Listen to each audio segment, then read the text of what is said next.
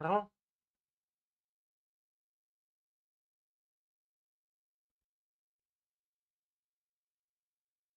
there we go.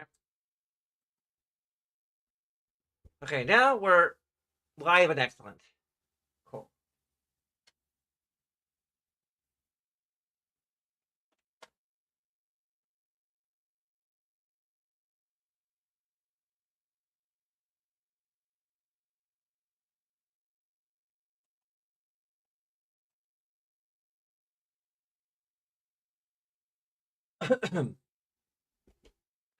Okay.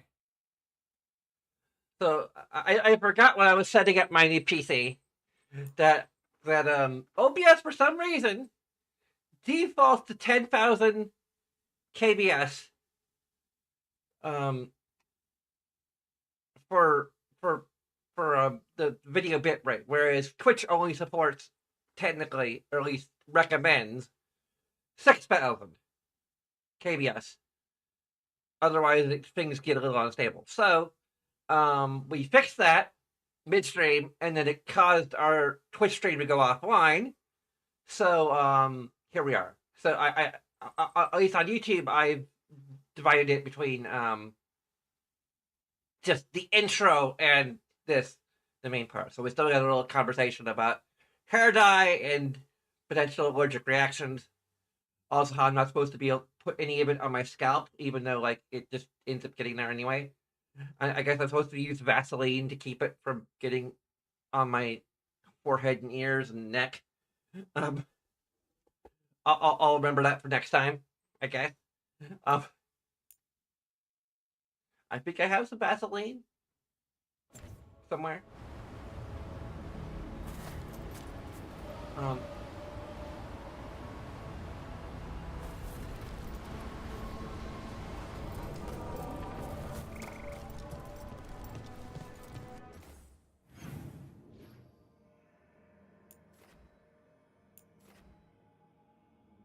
that's our story quest, but we want to.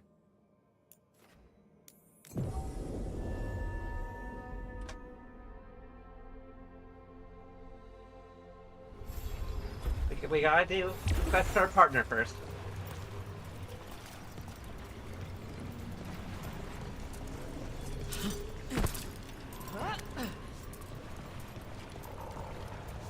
Ah!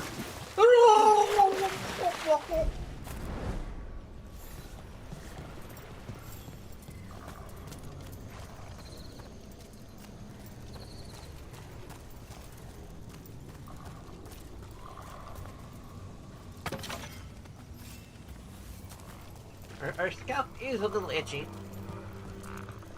I forgot that we tend to have some reactions or mild reactions to, like, we can't like wear um necessarily wear glasses that have like a metal nose piece because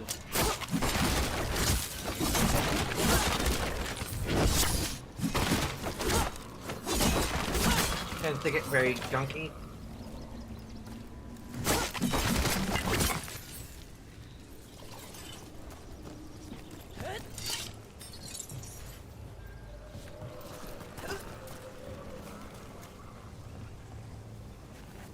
Okay.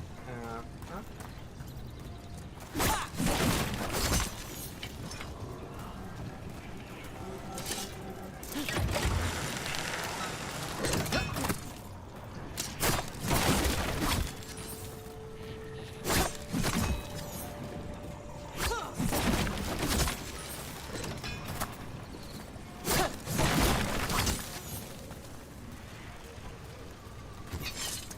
I'm thinking I can't have glasses that have like a metal parts over that are in kind of my face because they cause issues.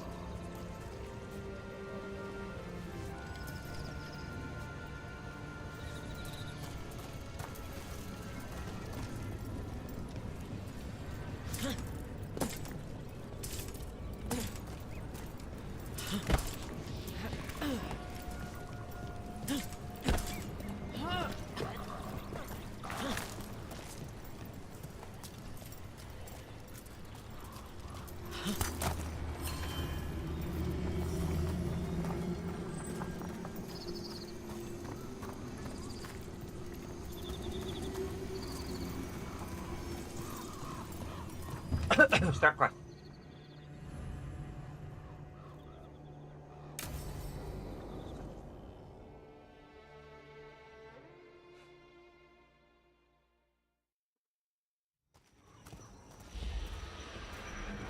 All right.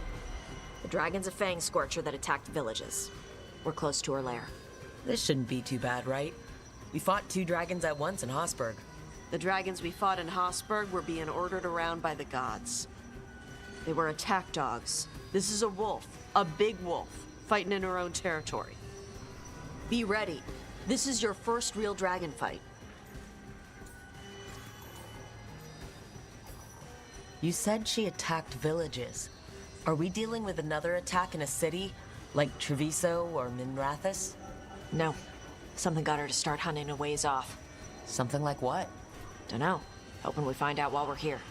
But right now, focus on taking her down before she kills anyone else. Including us. You said the dragon's a fang scorcher. What are they like? Fire breather. Related to the Ferelden Frostback. Think of her like the dragon version of a bobcat or a fox. It's a little larger than a bobcat.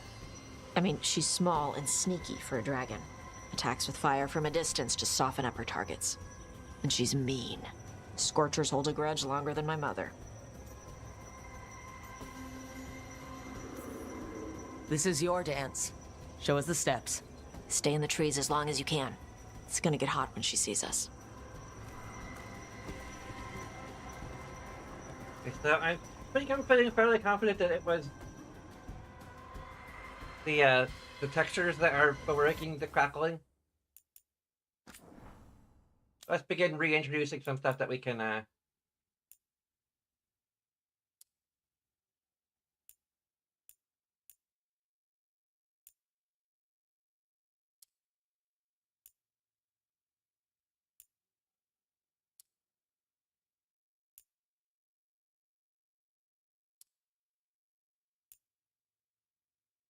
we have ultra ray tracing on it. Well, now we can turn on strand hair. Guess some of the other stuff that we had was keeping us from doing strand hair.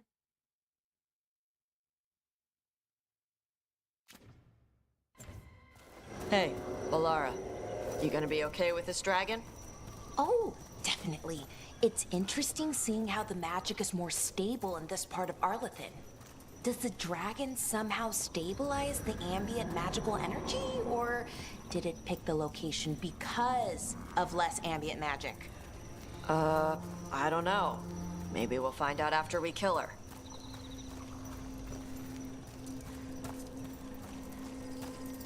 Hang on. Bill Jumper note. Garrick. I joined the Veil Hunters to meet people and see neat magic, not to fight dragons. This is a terrible idea. And you, me, your pet wolf, and the turtle that lives in my backpack are all going to die. Lee. Something's off with that crap up ahead. Let's go up through there on the left instead. What's wrong? I don't know. The way that debris is placed doesn't look natural. Or like something a dragon would do. If you say so, you're the dragon expert.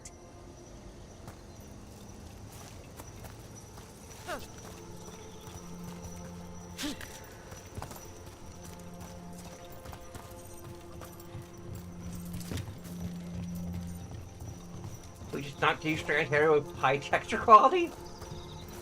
Interesting.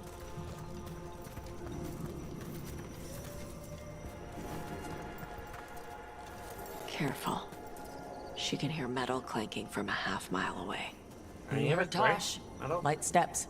You know how to take orders. We're here to kill a dragon. I'm inclined to listen to the expert. Also, I like taking orders from you. But that's the totally other fact. Uh-oh. Did it hear the 59 gold? Or me smashing these crates? Let's just make as much noise as we possibly.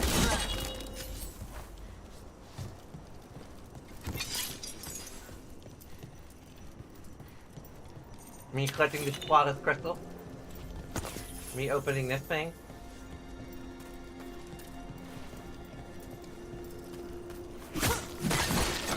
Breaking dismay? It might have heard that.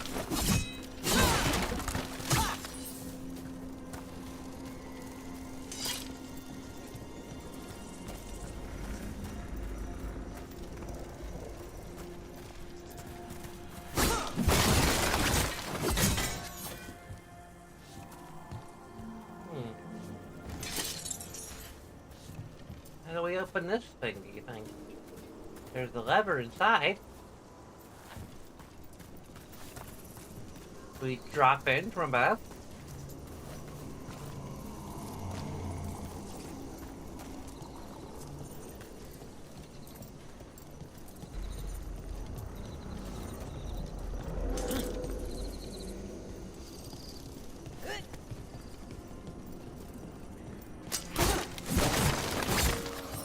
I mean, it's exactly what we do. Yep.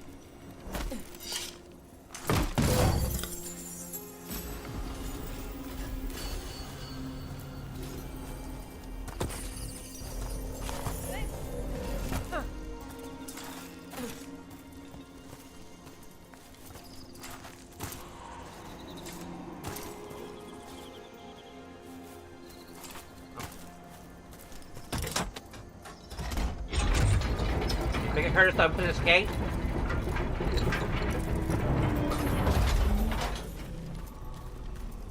It might have. Oops. We have waited until after we killed the dragon to do that. Uh-oh. Think it hurt us falling from our lack of platforming talent.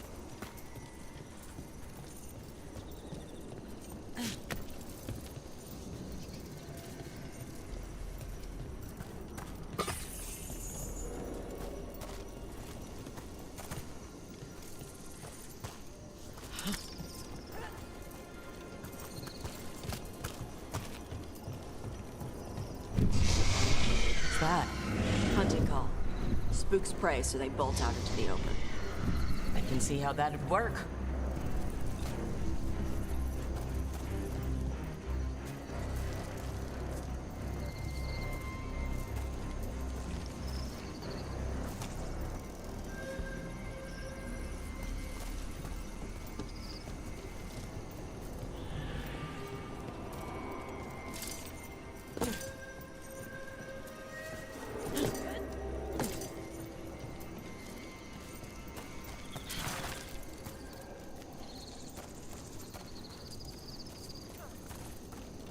Wait.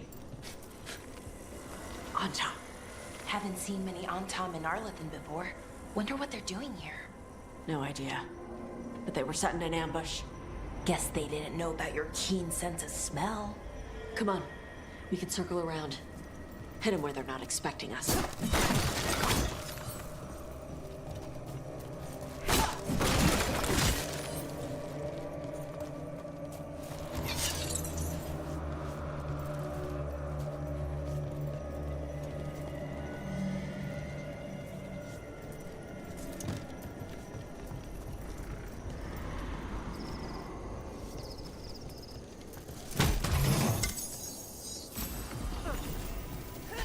Do you think we have a masculine musk? Maybe that's why their mom mentioned that Tosh doesn't normally go for men. I think we're like very clearly not don't have a lot of visual indicators for being a man, biologically speaking.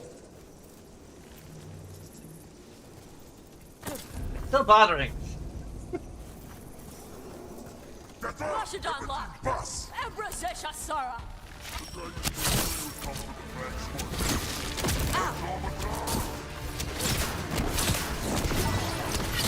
Nice!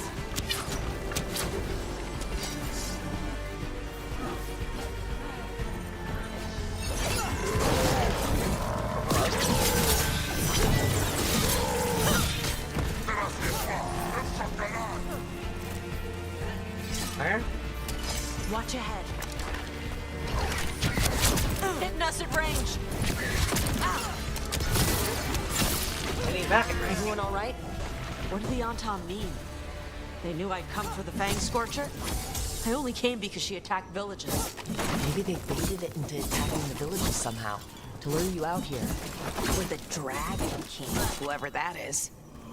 Stupid name. Let's look around. I need to know what's going on.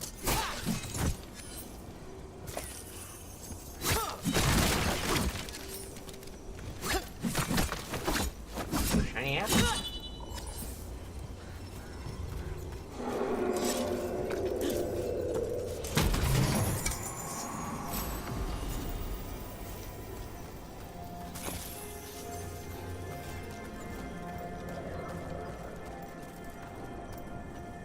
Her hair looks darker. That's a ray tracing? Or the volumetric hair?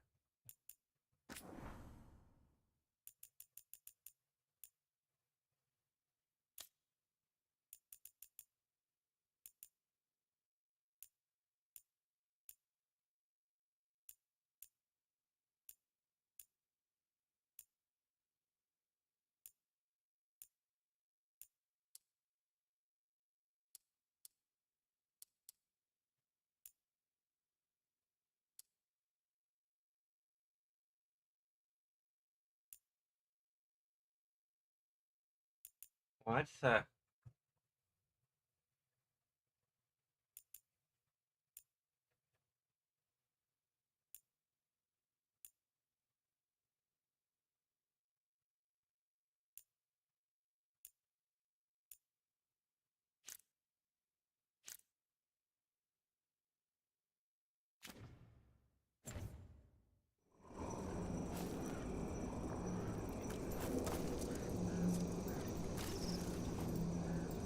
okay, well, full race trace reflections are...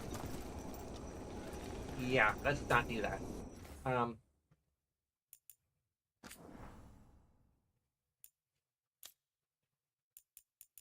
It was making the freaking menu freak out.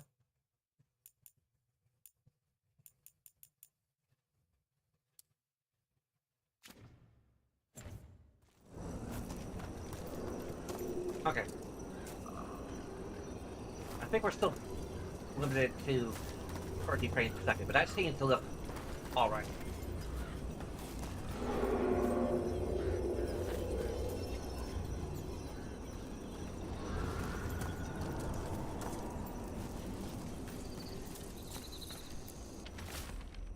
Base Scorcher's attacks will lure the Adari's group to you. Capture the Adari and kill the others, and use the Blight to weaken the Fang Scorcher until it can be captured. Good aim will reward us well for adding another Fire Breather to our arsenal of dragons. Do this and win the glory of Ascension, the Dragon King. Bastards! They're the ones who've been capturing dragons and blighting them, turning them over to Gillinane in exchange for power. Hisra Marluk Vashvatari Brock! We knew the Antam were involved. Now we know it's the Dragon King. That's who we find and kill. We can get to the Fang Scorcher's lair up through there. Whenever you're ready.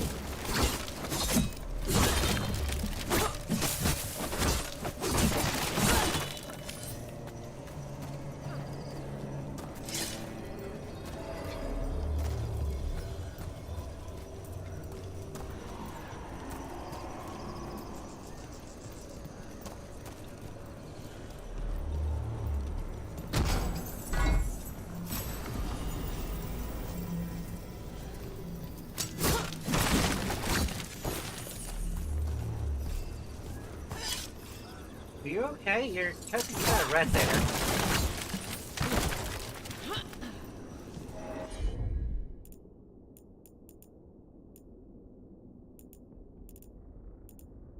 Just...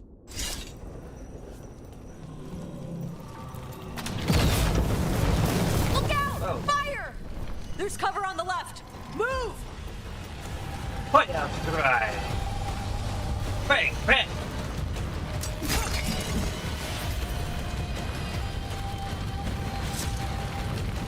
This would be a good test for...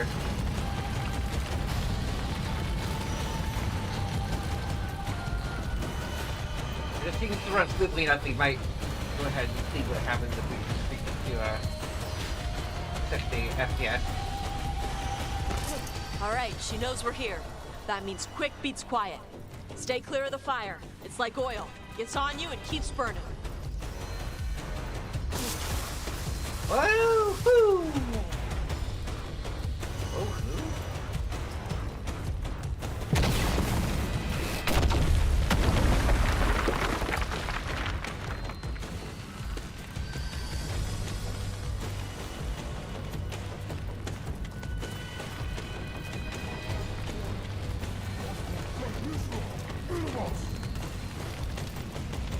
More on Tom.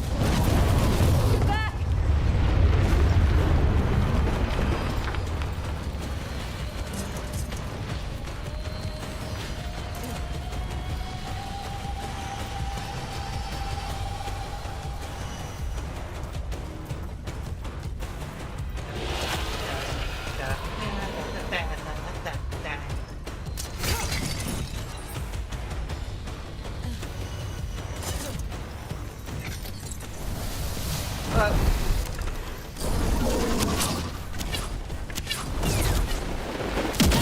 Looks Ow. like we're doing this.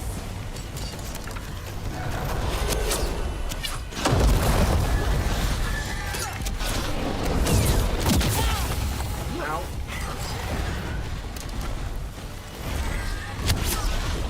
Ranged incoming.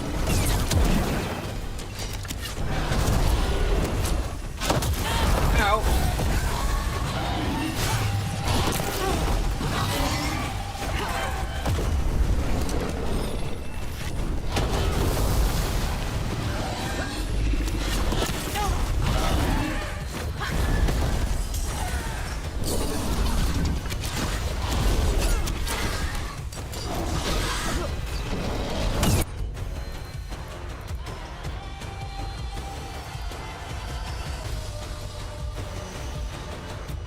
Oh, combo with Gosh.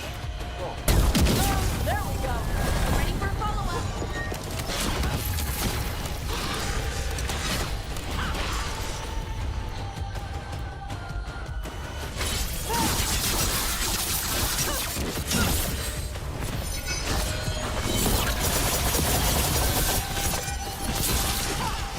I barely did anything.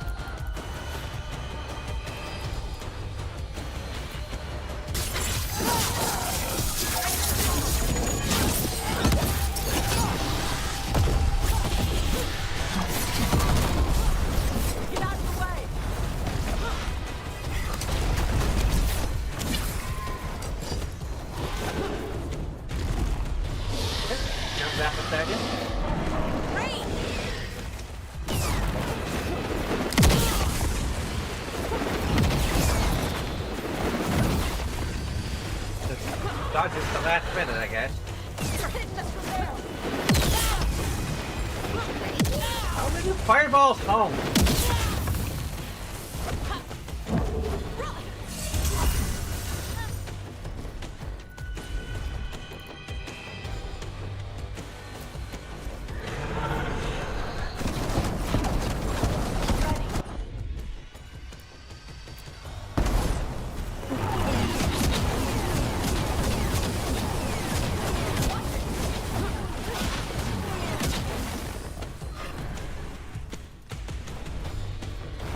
Any other killing potions?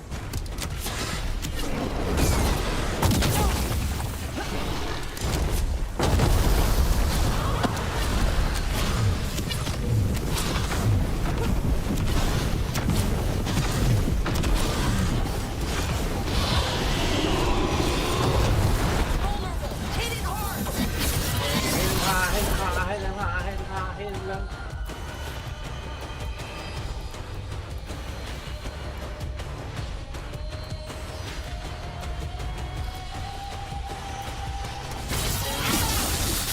Ready for a follow. Chakra Toebra. Chakra Toebra. Today, you're dragon slayers. Now let's see what she had in her lair. Probably that big building over there.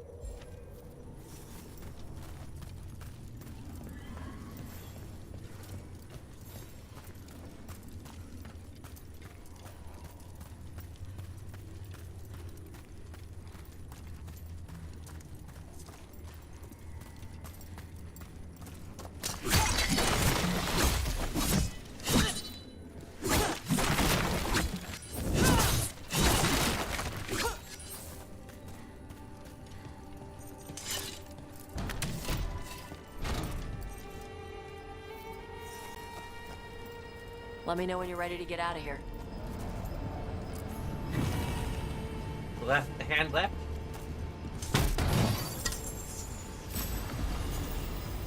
Death mask. Okay.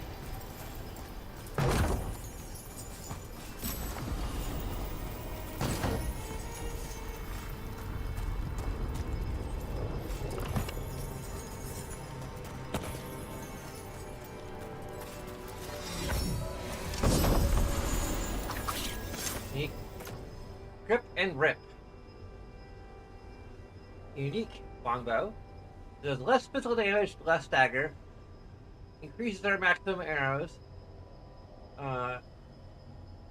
Less ranged attack damage, but fires 3 arrows at the same time. I don't know.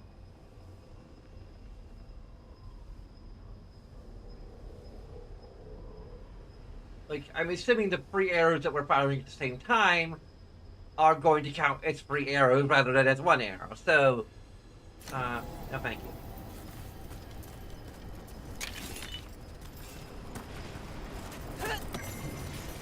It does increase our maximum arrows, so that's one thing, I guess. But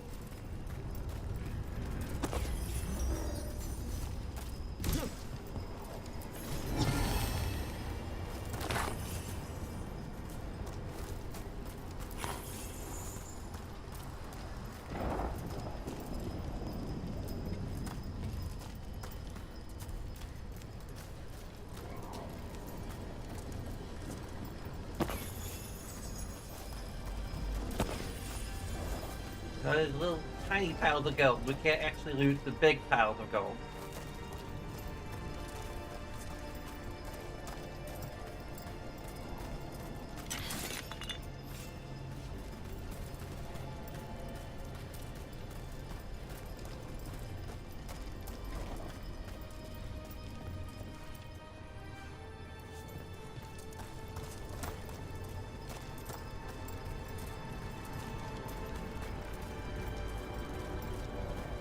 So, apologies for never turning down the texture quality at any point until now.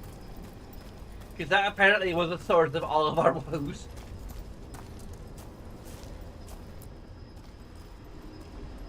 Just tell me when you're ready. Right, we're ready. Let's head out now.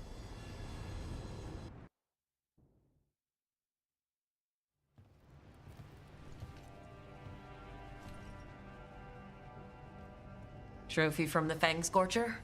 She was a good fight. Thanks for listening to me during the hunt. Not everyone does.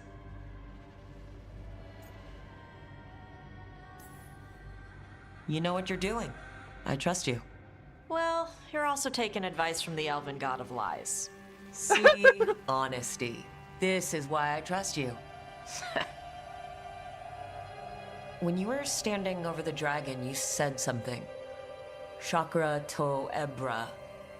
It's the same thing your mother told you. You struggle the way you are? You must struggle with what you are. It's what she told me when I was a kid. Still does, so I don't let the dragon out. Meaning your fire breath? It's not just about the fire. It's about how stuff makes me feel. What I do when I'm angry. And probably about you and me.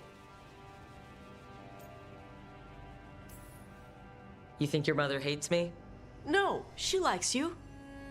Probably. My mother worries about how I get when I care about someone. I feel too much, like it's all I can see. I build it up in my mind, and then if it isn't like that in the real world, it's like I get stuck. Wow. I get the same way when I'm angry. Relatable. Like the fire. The rage is all I have. I don't want to be that. I don't want it to mess up us.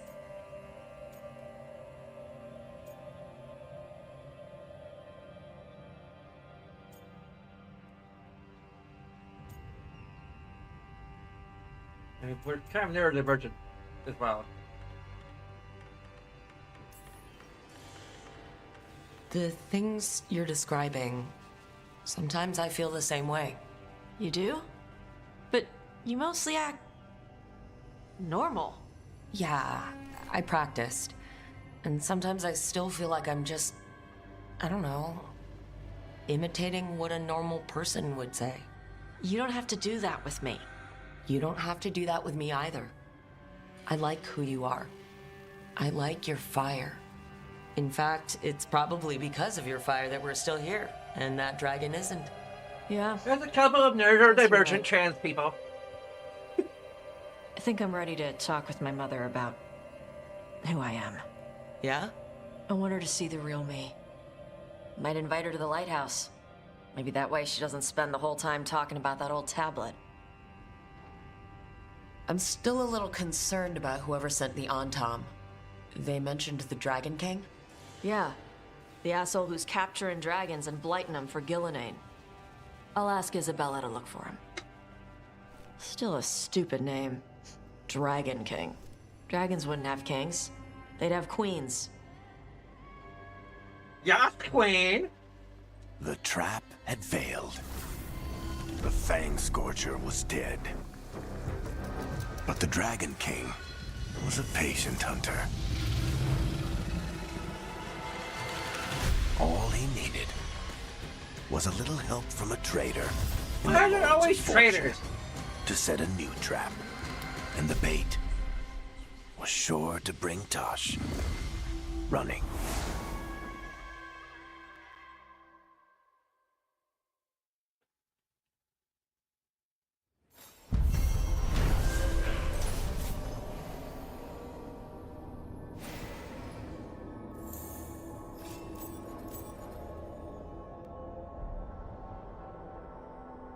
Yeah, like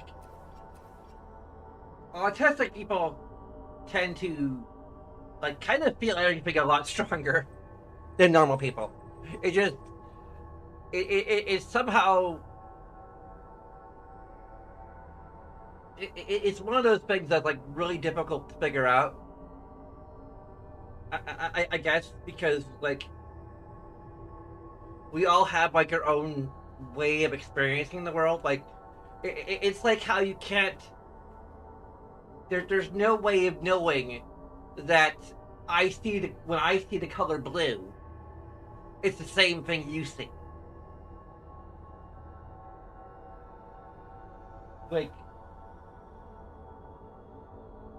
because like we all see, when we see an object that is blue or red or green or whatever, like that's just the word we've assigned that color. it's a wavelength of light.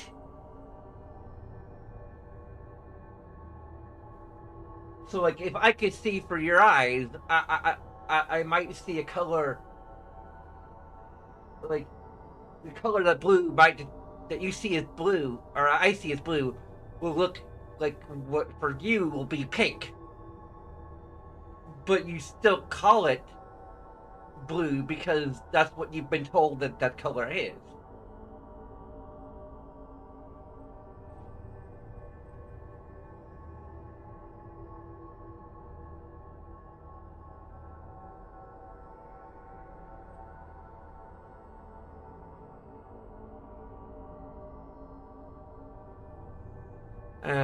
So I mean that's just one way of describing it, I guess. Um, the other thing is that like because I feel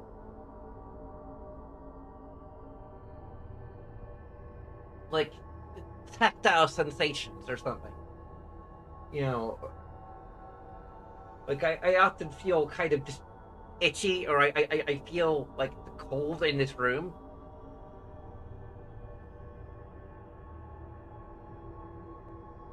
A lot, and I don't know if for other people it's as if like right now I'm wearing short sleeves because um we're in the middle of kind of a warm streak, uh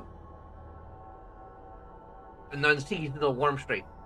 So which has become more and more common because of frickin' climate change. Apparently it's a hoax, a very convincing hoax.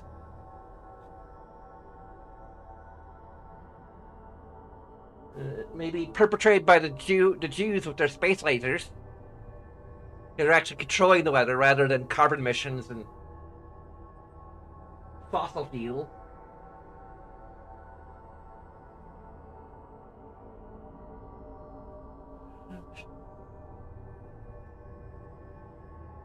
But anyway, because it's getting to nighttime, it's getting cooler, and now it's feeling less comfy to wear short sleeves.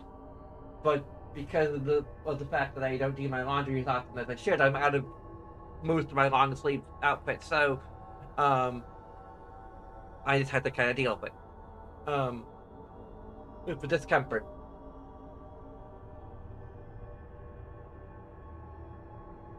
And I'm constantly like feeling like tingling sensations on my skin that I don't know where, that there are just kind of there, like little flares in my nervous system. And I've learned, I guess, over the years to kind of filter that out. But like now that we're talking about how I, as a autistic person, tends to feel more strongly, um, even just in the physical sense, um, I'm becoming more. Those filters are kind of dropping a little bit. But I think it also goes for emotions, which it goes to our point, like that we feel emotions a lot more strongly, and they can become overwhelming. Like when I get frustrated at a video game, I start to kind of melt down and yell and scream and carry on because I feel that frustration a lot more strongly than a neurotypical person might.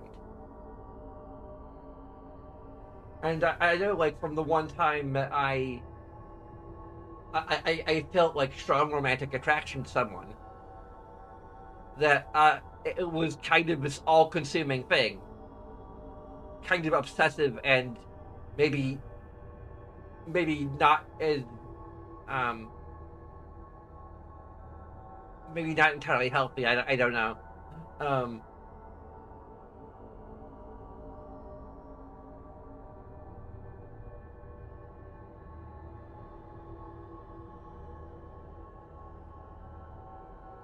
Like I talked about that in the Whisper from Space or whatever the heck it was, game.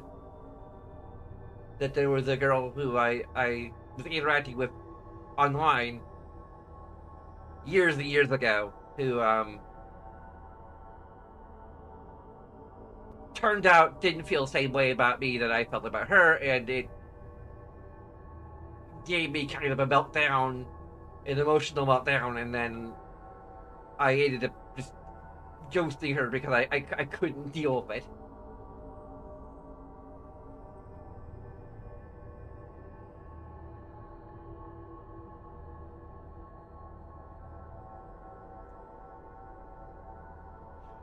Anyway.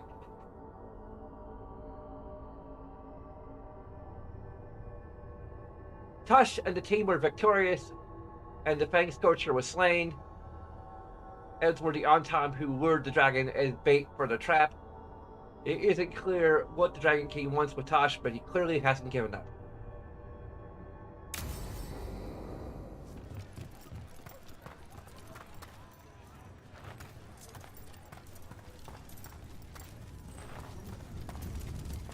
Kitty! Why can't I pet every kitty that I run across?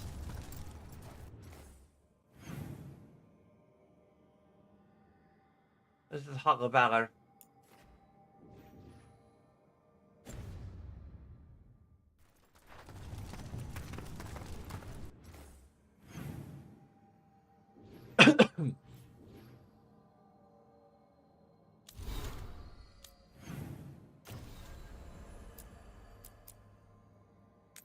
This will be the ultimate test of whether or not we fix the performance issues.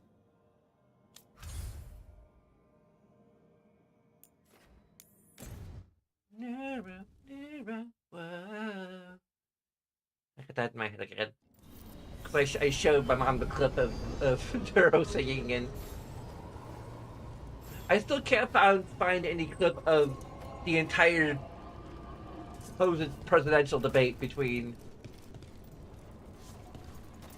Philly and Neuro.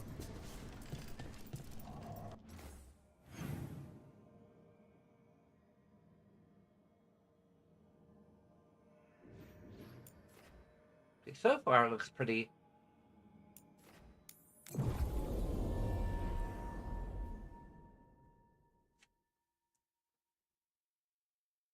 I'm on top of the world because of you. I'm on top of the world. Best cereal in Min Rathus. Don't fall behind. So I guess if I ever replay this game, which I might, like, if I decide would commit to a marathon of every Dragon Age game, which I'm not sure that'll be what I do next. Like, we'll be playing on these settings, and we might just, like, replay this game. Maybe more mods? I don't know.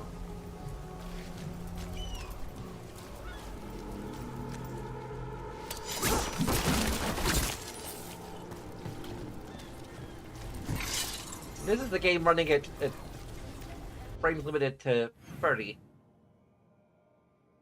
Wait, settings are...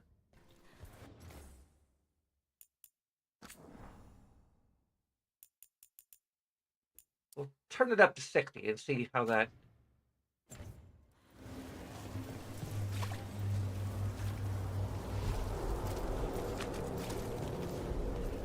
The only thing I don't like necessarily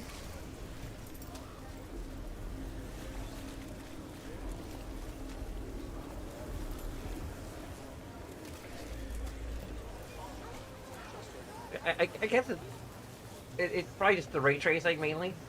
The frame rate is still a little like, as we're rotating the camera here, it feels a little off. Maybe, I don't know.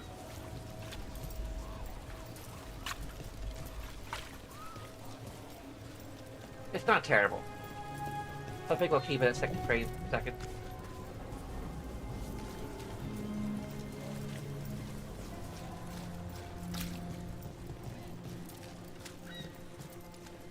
Since our stream's going at 60 FPS, there's like no real reason to.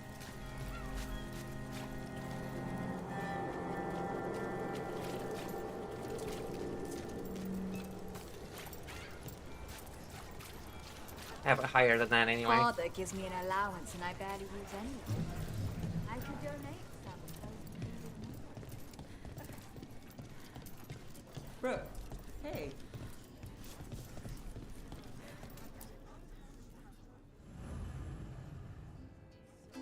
That's a conversation. Cool. Is that Sarah? I should have just let it play. There's dangerous fanatics, then there's Alia. She's loose in Ducktown, and we're in the dark. What's the plan? The Threads and Alia's Venatori are at war. That might slow Alia down, but until I know her plans, I need to hear whatever information the Threads pick up. What about Rana? Can she help? I told Rana that Alia's back. She needs the warning. As for help, Rana wants to be an example. Not sure where that goes anymore.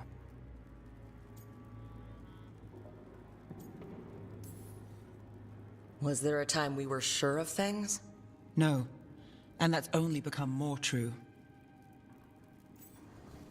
Rock. Too good for thread gratitude, yet here we are. Come on, Damas. Alia's a pain for both of us. You know I play nice. We know people in this town. Neighbors. When they don't turn up on the rounds, we notice. Alia used the threads for dirty work. Stolen relics, muscle, spies. These people, they disappear. And you don't know where to. Alia's good at covering her tracks. That's why you're here. I've got names of missing people, including those hardly anyone noticed yet. All yours, no catch. Here, I'm gonna grab a jacket.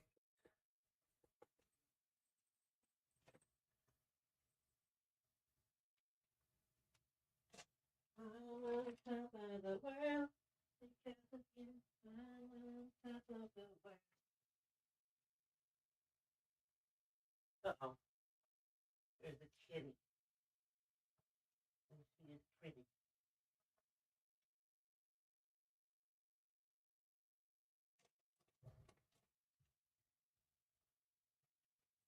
Okay.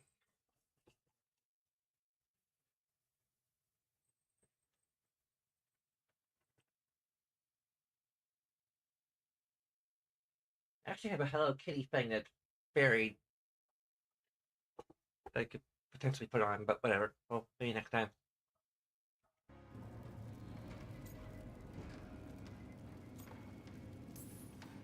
We can't let Alia do this. If what she did to the Threads was an opening act... We won't like the show. This is war. We find Alia, we kill her. Give the cult something to think about. You find her, you do the same. Docktown's ours. To Docktown. From the people who breathe it, bleed for it, no one's got its back like we do. To a better Docktown. And doing the best we can till then. You go far. To home.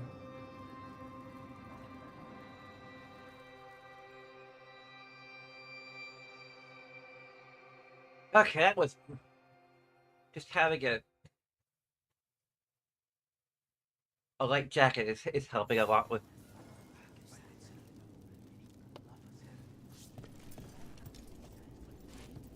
Hey, they stole her outfit.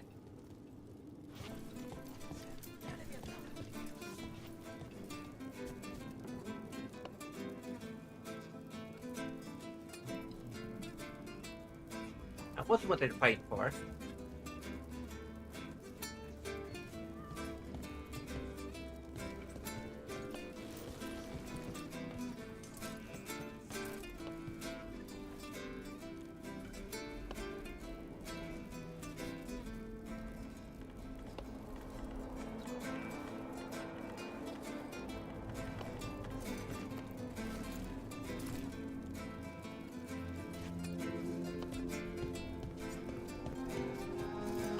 Maybe that wasn't their thing for.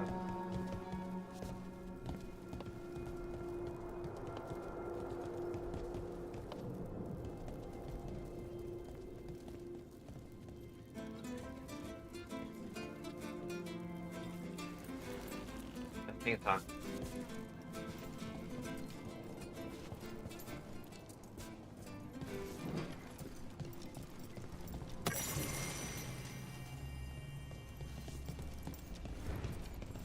Oh, we're at level 40.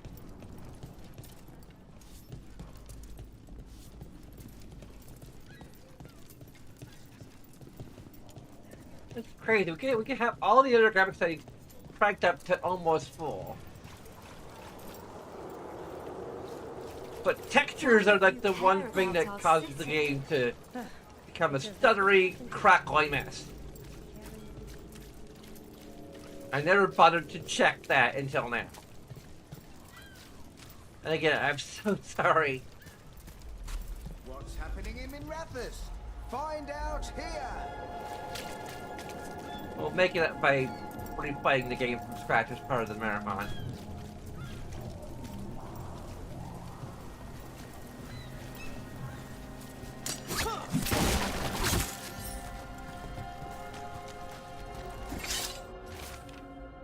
Nightly song Missing Buskers. Two musicians, singers, acrobats, and buskers of all varieties are notably absent around Docktown. Individuals close to the local entertainers claim they vanished from their lives entirely, while patrons of the Cobble Sway, on in particular, are said to be missing their musicians. Buskers disappearing from Docktown. But why? Something to look into.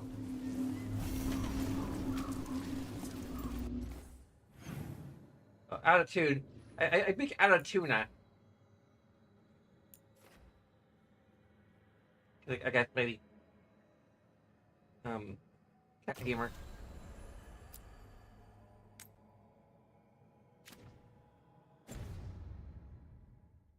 We'll go there. Alright.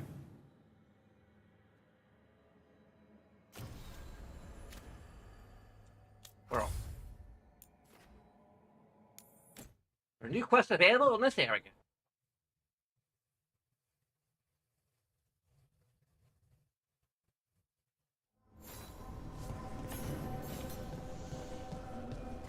I think of all the male characters, Emmerich is definitely the most interesting. I don't know if I've mentioned that before. I think it's not my most interesting, least interesting characters.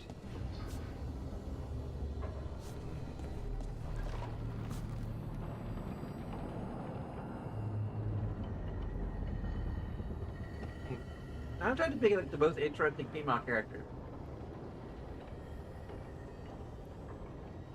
Like Diva's the least interesting. Or Nav, excuse me.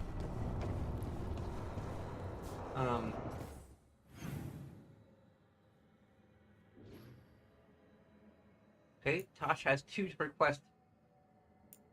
Has a conversation and then a quest over there. We'll help with the conversation first.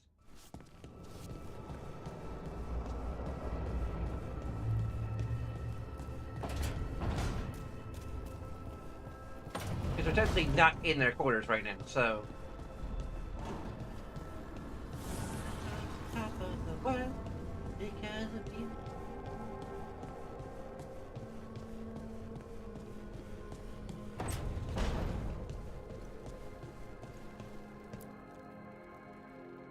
This is where we eat. I see. Shathan, it's good to see you again. My child wished to show me where she now lived. I made food.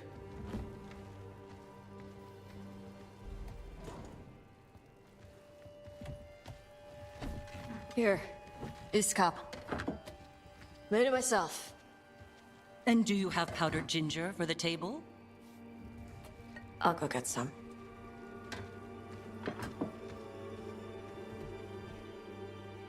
You are not good enough for my child. Wow.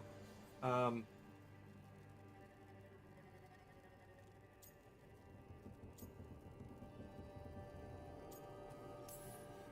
haven't heard any complaints. You are emotionally sloppy and lack the resolve she needs.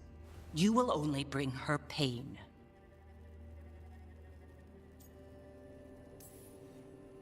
Or I could make Tosh happy. It is not about happiness. Then what is it about? Teaching my child to survive in this world. Tosh is an adult. If you haven't finished teaching by now... I have failed, yes. I was never taught how to be a mother. Under the Qun, children are raised by those suited to such pursuits. I trained as a scholar. I was taught to think critically, to analyze without passion, and correct mistakes. You need not tell me that I am an inadequate mother. I am aware. Then why did you leave? When I see my child in danger, I act. Here's the ginger. Thank you. So, I'm non-binary. What does that mean? It means I don't feel like a man or a woman. If you are neither a man nor a woman, then what are you? Non-binary. I just said, and I'm going to use they instead of she from now on. If this is because I have criticized your dress or your manners... It isn't!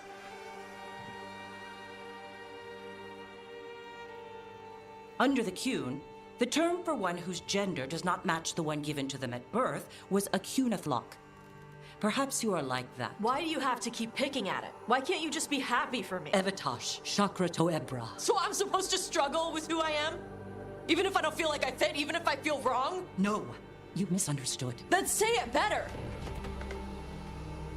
Why am I never enough for you? I will go. Thank you for inviting me to your home. Panahedan.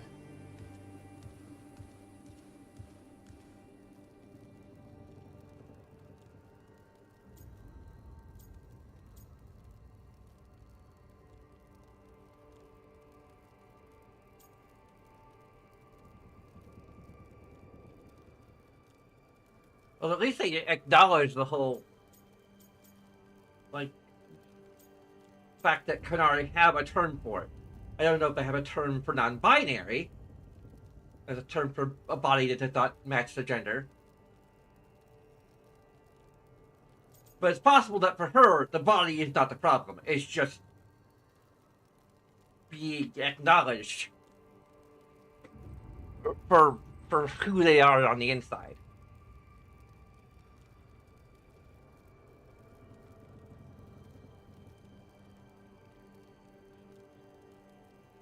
I don't know. I really... we want to be sympathetic. Tosh, I'm so sorry. No. It's okay. Tosh. I'm not hiding anymore. How she takes it is her problem. You sure? Yeah. Come on. Don't let food go to waste.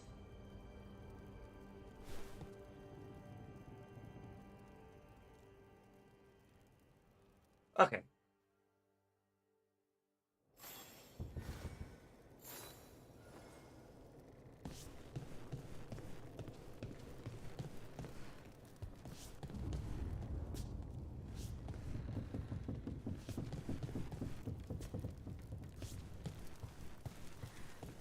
Yeah, we still hope, but like for mother's sake and for maybe to some extent also for Tasha's sake that her mother will work this out.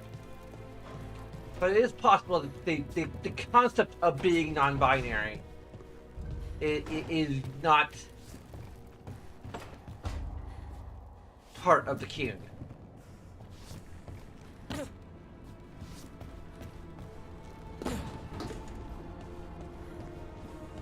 Like, for me, my hang-ups with my body are more about the inability to, like, present every part of my gender in a fluid way.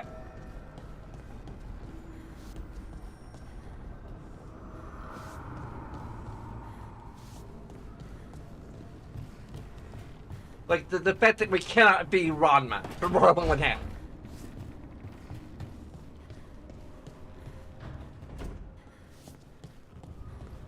At least not, like, in the material plane. Here, on the internet. We could be as presentation fluid as we like. I suppose there are ways to, with drag, for example, that we could make our IRL presentation a bit more fluid.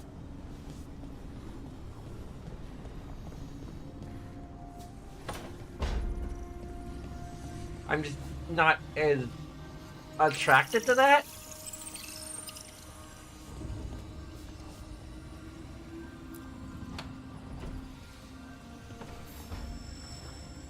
Supper in Docktown? You're actually taking a break? I've got leads to chase on Alia and Docktown's missing people. A few sources will only talk if I'm alone. But if you're around after, you help me uncover all this. Supper's on me. Sure. Count me in. Another meeting.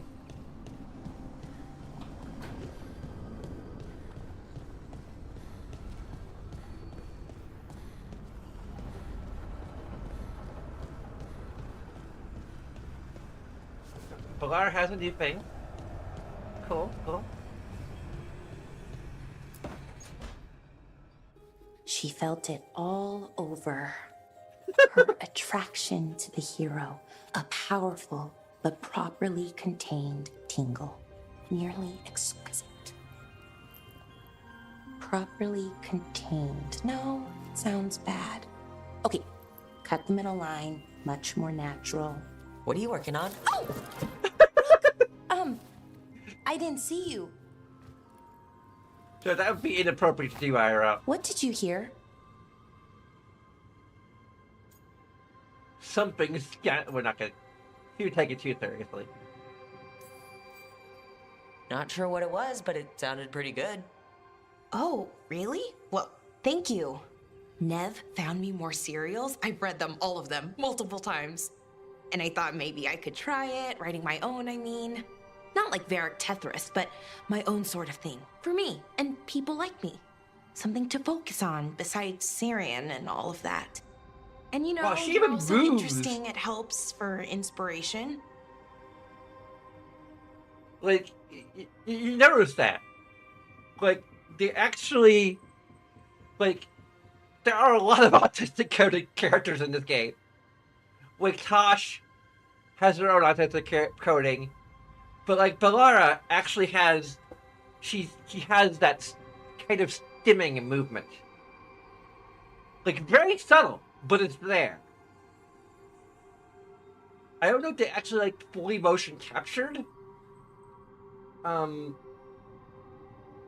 these moments, or if they just, like, it looks a little bit like a canon animation, but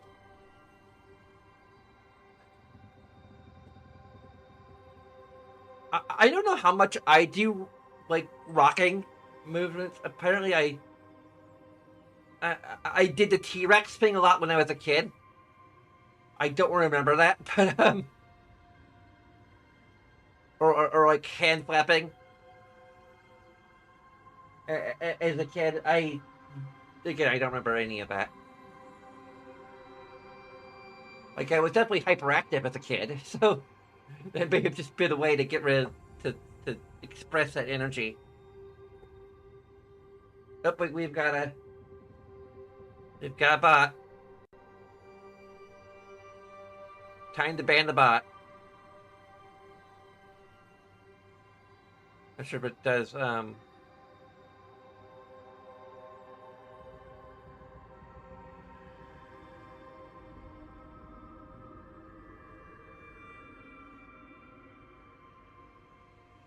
Is there a way to, like, report them?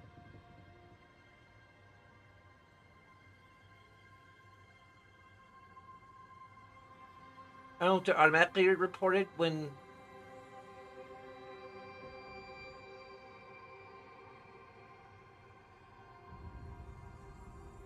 Mod? No, unmod. I'm about to make them a mod. I don't want to make them a mod. So they're banned. I don't think there's any... A report. There we go.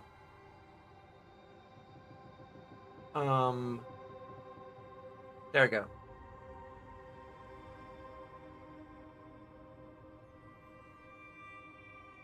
But yeah, I'm pretty sure it's a bot. Tell us more. Oh my goodness. Oh, for frick's sake. Like, do they realize I'm using multiple keyboards?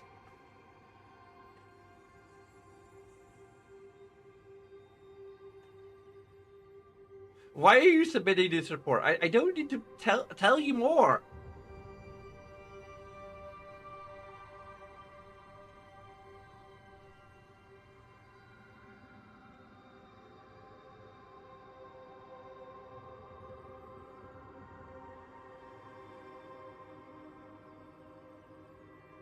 Okay. Okay, I hope that soon I will have, or eventually at least, I will have, I'll be at a point where I can actually have professional moderators. But right now, like, there's not much of a need for them beyond just, you know, the auto mod stuff that I have.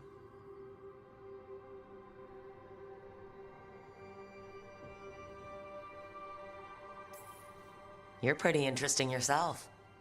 Oh, thank you.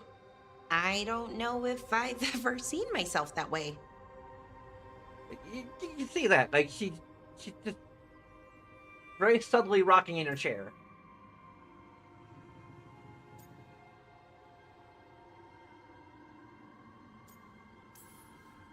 I get it. No one's harder on themselves than, well, themselves. Just remember that other people see good things you might not let yourself notice. Okay, you have a point. A pretty good point. Which, well, raises a question.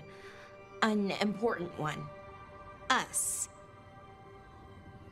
I mean, that's the question. Do you want an us? I mean, romantically? Okay, worst possible way to ask that.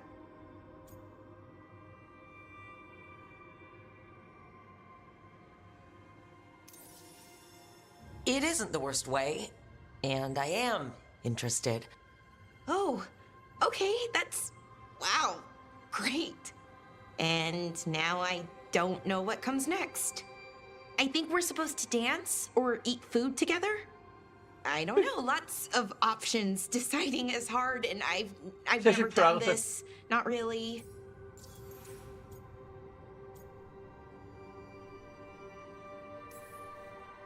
Never a bad thing to hear that someone likes me. The me who's trans, just so you know. It's you. The most you that you could be. That's who I like. A lot, as mentioned. But, I'm still not sure what we do next. Well, dancing is good. I think we just do whatever feels right in the moment. It's not like there's a guide with rules we might break. Right. Of course. Improvisation. It's not what I'm used to, but I'm learning. From you. Yeah, so let's just see where this goes. Together.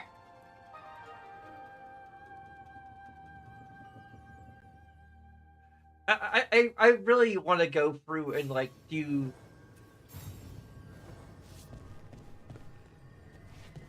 Like, the more I've actually researched into autism, and like, seeing autistic characters or autistic neurodiversity, this game definitely represents neurodiversity a lot.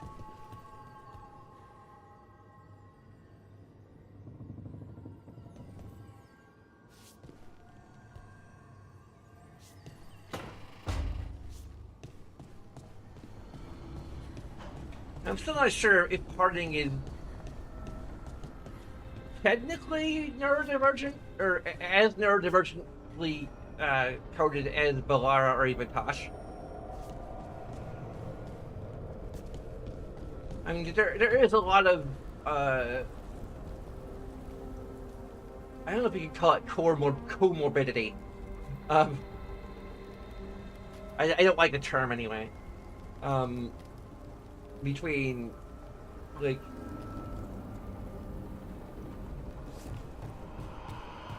being trans and being autistic, or I think there probably isn't a lot of study into it, but like my own personal hypothesis, if you could call it that, is that like we don't mix with societal norms, and we realize more than neurotypical people that it's all made up. So we just kind of,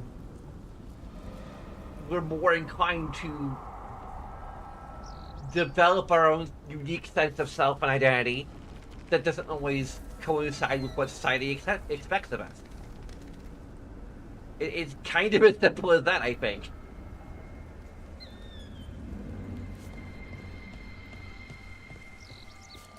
Lucanus, have you ever had a dream where you forgot you had a job to do? And you only remember it at the last moment, all the time. And then you go to do the job, and your teeth fall out. For me, it's always, and then I left my boots in Treviso somehow.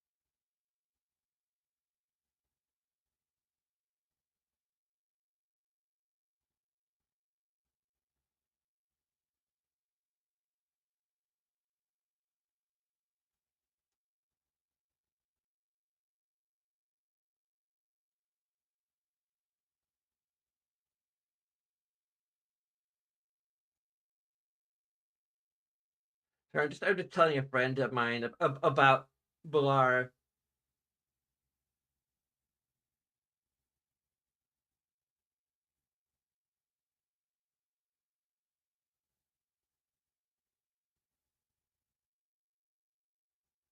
No, stimming, not swimming.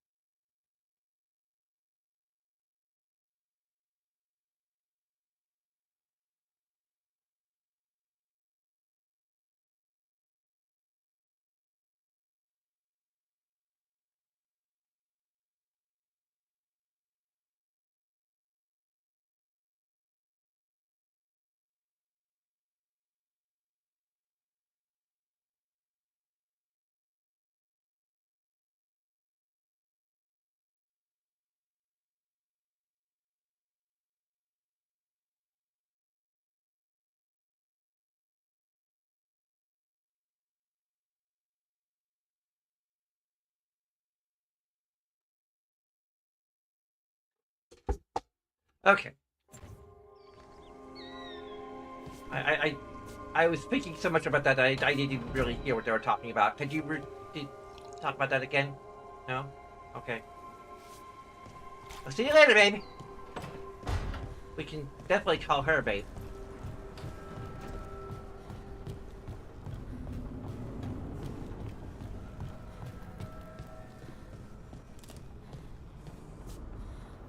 Oh yeah, another thought I had recently is that I'd love to design a game or like be involved in the game which just fully, like, this game is definitely like great for trans representation, including the ability to make ourselves trans and non-binary, and like it is like groundbreaking in that regard. Like this is probably like the feature I appreciate the most in Dragon Age of Veilguard is how much it is Like, and I know it is like the most divisive aspect of this game. Like, I think I've seen a clip of the conversation where he says, "So I'm non-binary," like, and I think a lot of people think that is like cringe or something, or trying um to think of it as cringe because it's like such bad writing or something. Like it's sometimes coming out is awkward. Sometimes your parental figure doesn't know how to deal with that because they were raised in a culture or a time where there was a much simpler concept of what makes someone who they are.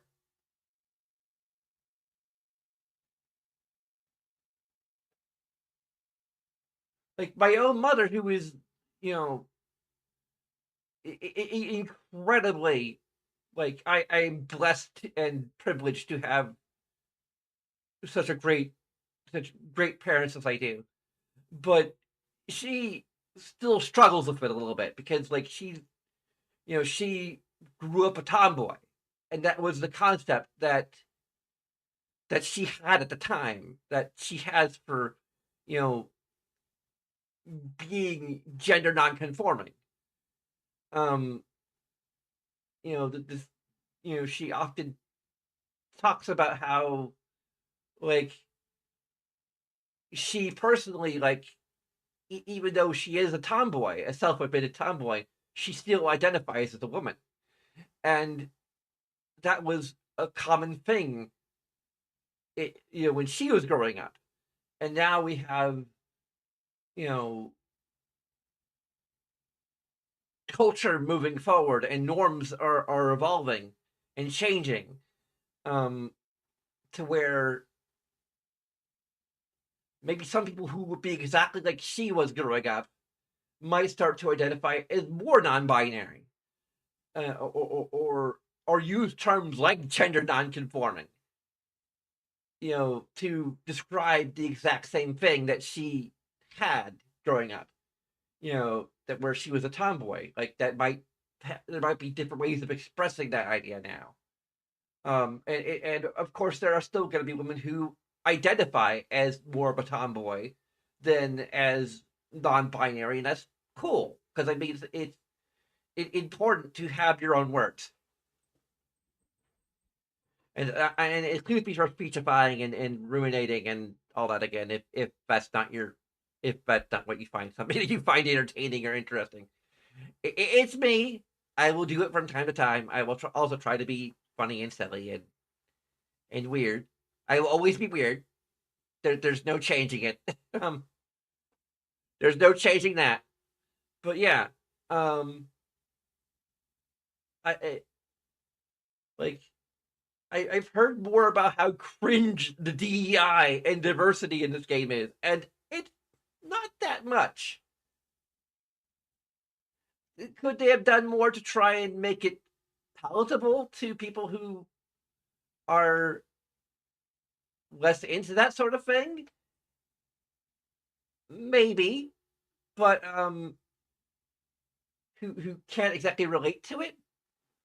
It's possible, but I don't know. I can't really think of how, to be honest.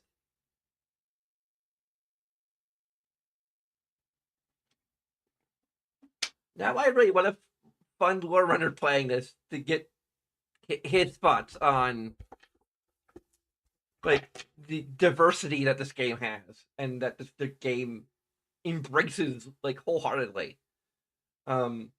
I think it's just the culture war that has kind of uh, ended up burying this game, unfortunately.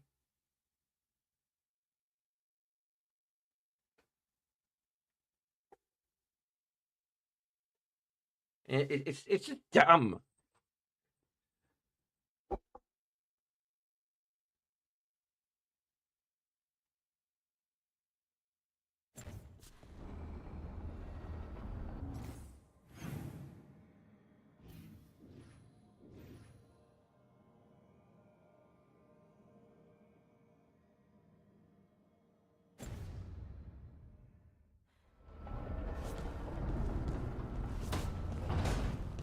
dumb and stupid and I don't like it.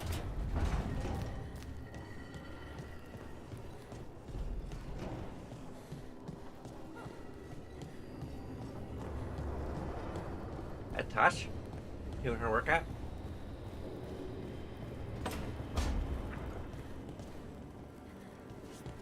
Hi. I had to read. You mind if I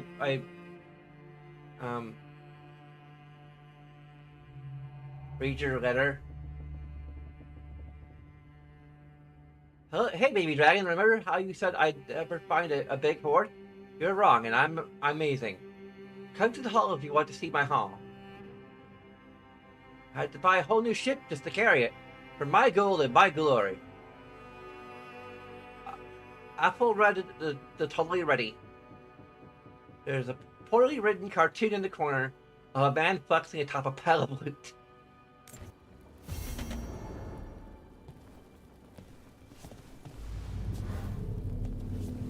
Hey, dang it. Tried to think of something romantic, romantic term to call you. I mean, there's honey, like a sweetheart. I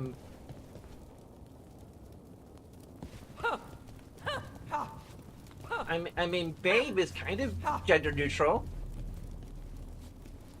Is babe gender neutral? I mean, like, his babe is like short for baby. Even though she's like the exact opposite of a baby, but still.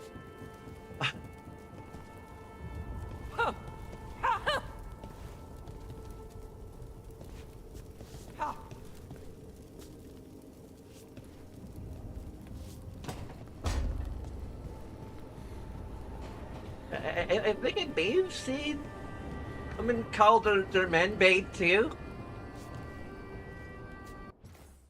Let me ask Google's AI, Google search AI. I'm not sure it's Gemini powered or not.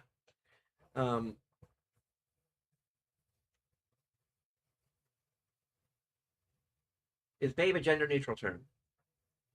Babe is largely considered a gender neutral term of endearment in romantic or close relationships. Well, it originated, yeah. This is just my millennial, my zennial boomer brain.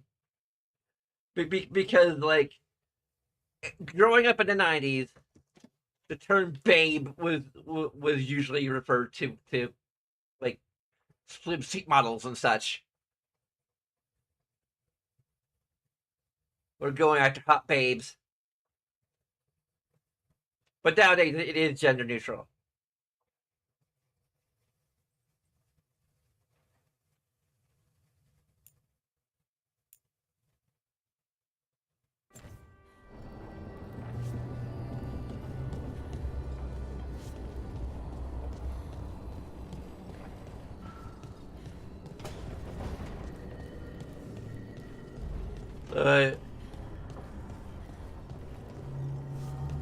It's funny because I just recently watched a video by Fillion about like her and one of her friends doing like a survey, a quiz to see if they're more of a zoomer or a boomer.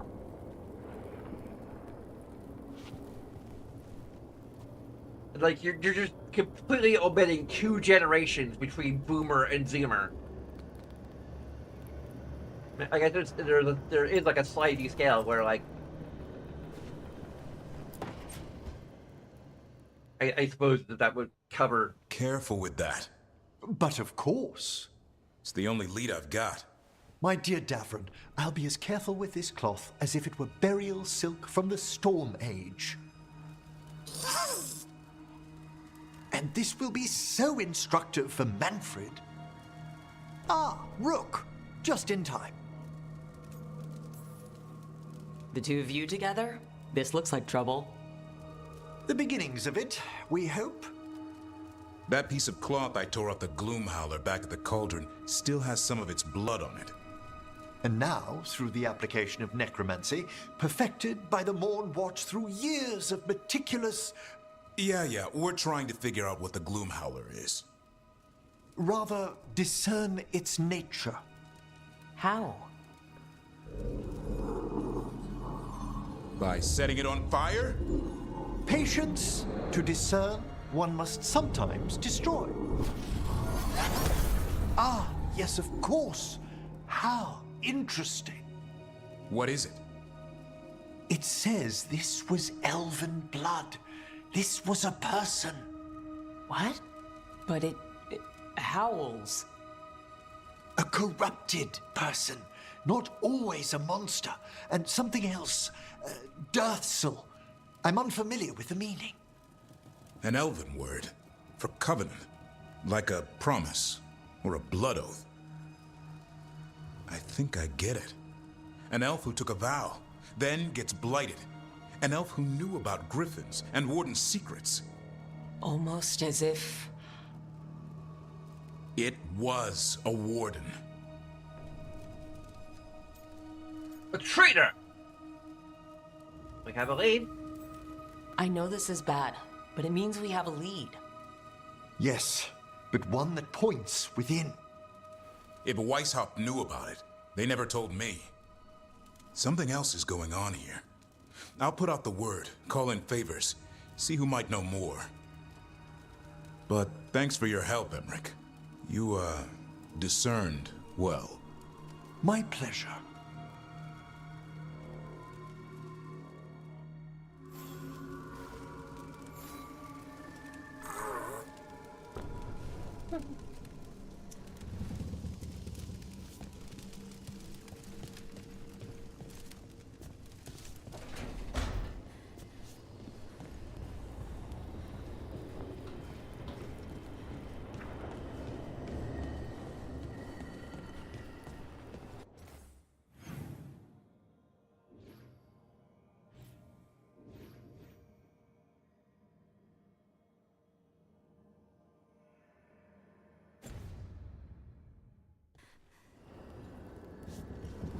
Can you visit Barrett for a little bit? This is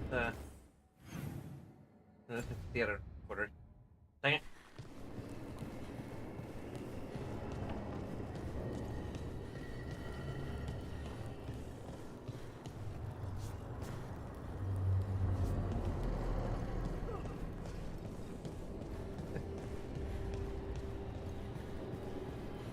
Our partner is suddenly loud. I wish I could get moving. I hate being stuck in here. Okay. Oh yeah, I was talking about how I would design a game that before I interrupted myself with a different bot.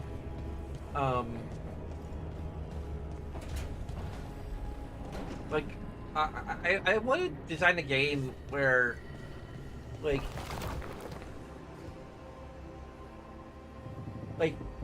well, there's a couple of ideas. One is that I want to design a game where polyamory is kind of cooked into it a little bit. I think some of these games have that a little bit. Like I know Baldur's Gate 3 has a bit of that, although like it's mainly around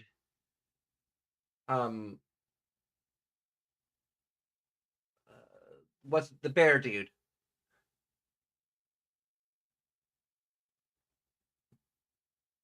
And how some partners will be okay with if our side person is him, and only him. Like Shadowheart will be cool with us having a dalliance or whatever the heck with Halcyon. But like if it's with if we're having a dalliance with Karlak or they'll be okay with us being with somebody else for a time, but once the relationship reaches a certain point,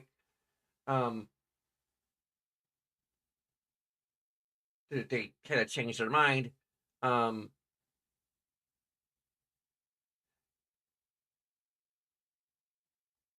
I'd like to have a game where like there's just a lot more options for ethical polyamory, or even to just have your character be polyamorous themselves and have anybody they choose to enter into a romantic relationship kind of have to uh, contend with that. I mean, granted, it's not that you'd be locked out if they're completely opposed, if they're strictly monogamous in their relationship style. Um, that like giving yourself the polyamory flag isn't necessarily going to um, lock you out of a monogamous relationship. It's just that you're going to have special dialogue related to the fact that you identify that way and prefer that, and have to have a conversation if the person you most want to romance has a more monogamous relationship style. So like you, the player character, will have your own flags regarding relationship style and attraction, and like your attraction labels will potentially lock you out of certain romance options. Although you could also make your character have a separate like romance attraction versus sexual attraction. Um, I'm not sure if I'd make physical attraction its own flag. Um, like just a lot of things you can customize regarding your character and how their attraction works. Um, like that would be great to do like in and of itself. Another feature I kind of like to have in this hypothetical game would be probably a cheat menu for it, so that basically you can make all like for example there'll be like at least two toggles. One is for universal polyamory or polyamory acceptance, basically. There'd be another toggle for universal player sexuality. So everyone would have their canonical sexual and romantic attraction, and or romantic attractions, um, and relationship styles. Um, but you can also toggle it so that they're all player sexual. But it would be a cheat option. So you could like enter some kind of code or do some kind of little thing, song and dance to access it. Um, the reason for this would be simply to help um like this would be to some extent fully integrated in the game, where like I don't know how fully integrated. Like I think the polyamory would be more universal. Polyamory would need to be more integrated into narratively into the game than in some fashion. Like there could be alternate dialogue where like everyone like characters who normally would have a monogamous relationship style would have like alternate dialogue potentially to express that in some regard, but would also be like, like you're so great that I don't know. Um, like there might need to be some integration to kind of I don't know. Um, like both options would have some effect on the narrative and the way the characters are presented and how um their sexuality and relationship style is presented. That there might be less of that expressed. Um, obviously the characters who are cool with polyamory to one extent or other normally will still express in game that they're cool with it. Um, and and there could be I don't know, like there could potentially be alternate dialogue that would normally like with the option not available or basically turned off would normally there will be a discussion where they end in no, a polyamory discussion that would normally end up in no will instead end up in okay. So we actually record alternate versions of a dialogue where everyone, it just happens to be okay. Just to have that element of immersion and gameplay mechanic, but because that effectively would be what it be. So like having it in a cheat it is mostly there just for psychological purposes. I suppose just to be like, okay, like this is you're going against the way we were designing the game.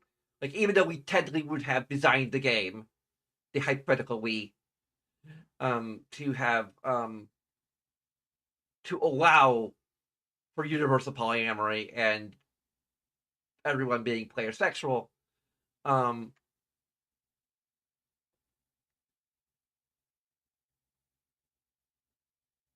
we're locking it to you have to go out of your way to enable the feature.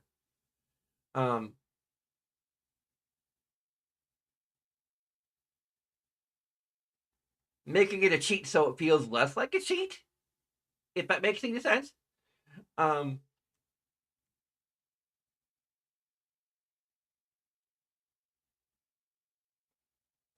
Anyway,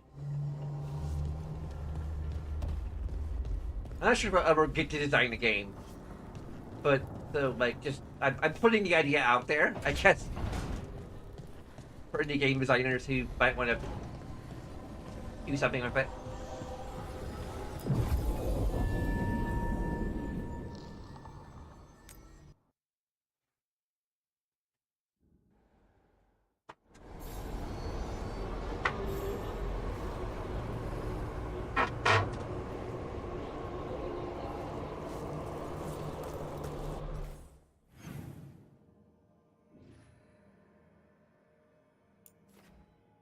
Undiscovered? Yeah, undiscovered country. Also undiscovered, even though we discovered the room as in.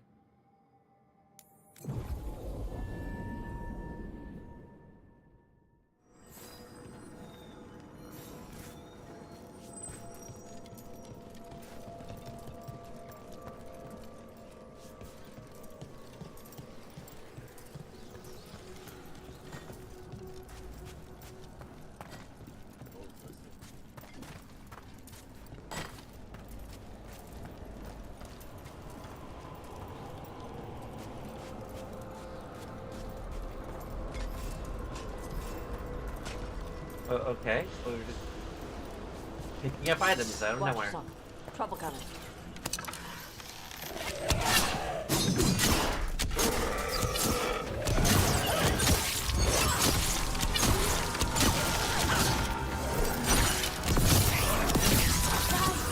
And she's also a good kisser. Okay. Careful. You need to mention that, but like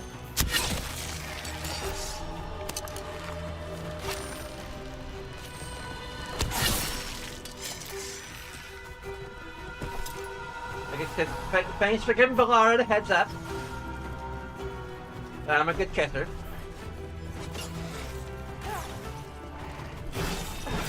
You get to experience that head. Good work, Tosh. If we play our cards right, or she'll learn that for herself.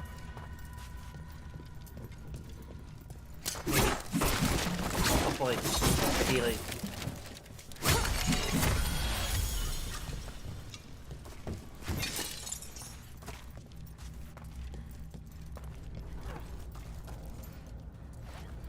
But yeah, like, I think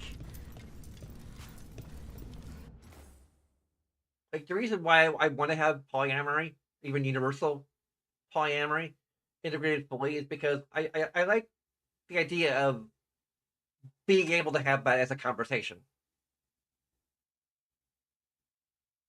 and discovering like what different characters, how different characters feel about it. Granted, as things are, like I had to headcanon it, although it is super convenient that in our own headcanon, everyone is just is down for it. Like, we're just so attractive and so charismatic.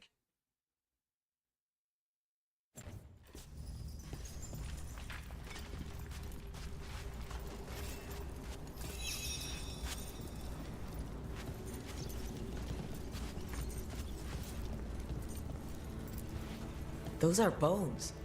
Has this spirit been scattering someone's corpse around? I bet the Watchers would appreciate us gathering up the bones. Okay. Really?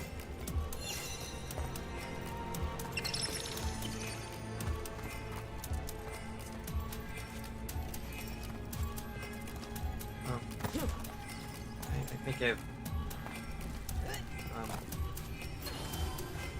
I've messed up.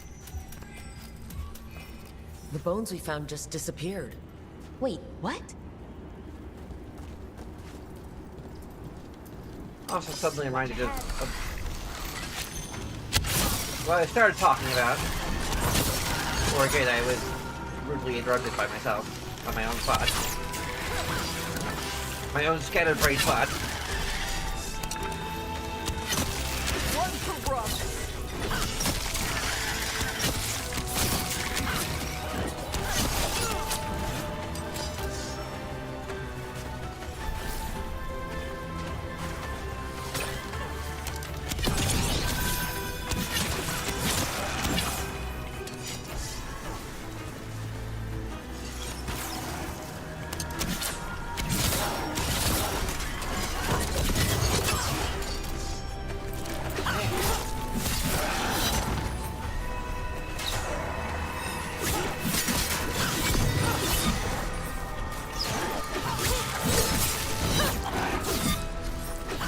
Now we're being interrupted by combat.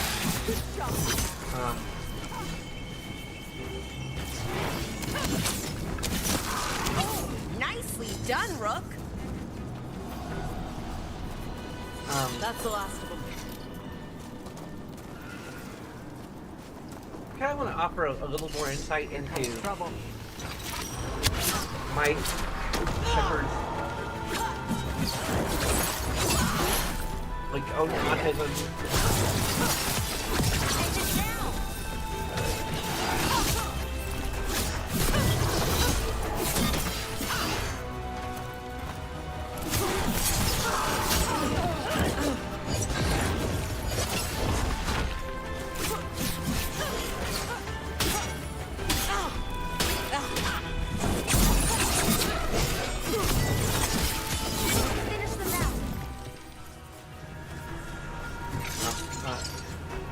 Yeah, I think that's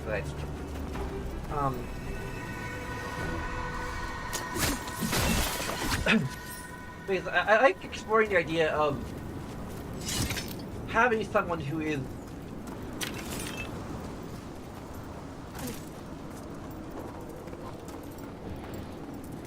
I feel like maybe Star Trek Discovery might do this a little bit. I don't know. I haven't watched all the seasons of Star Trek Discovery yet. I think I've like 2 seasons, last 2 seasons I haven't watched yet. So we have an autistic coded character in Discovery who is pursuing the command track. I really need to watch that for no other reason than to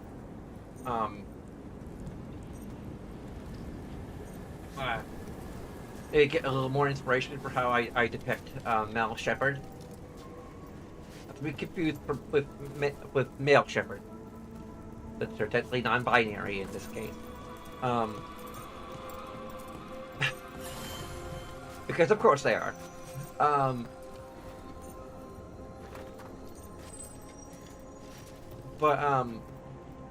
think it alluded a little bit to the idea that basically they kind of like they mask, but they do so tactically.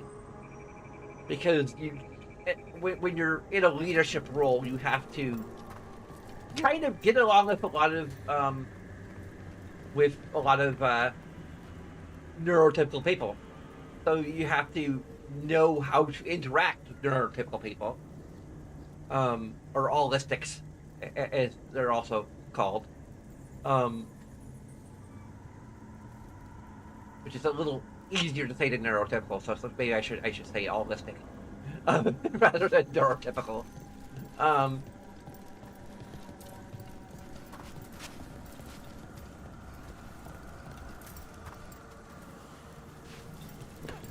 It is part of trying to figure out how do you create an autistic person who is also charismatic as Rick.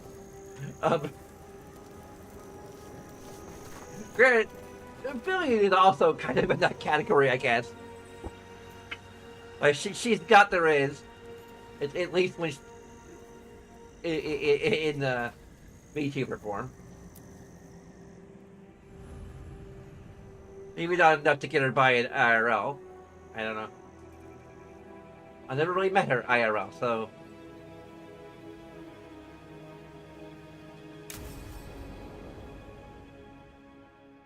Someday.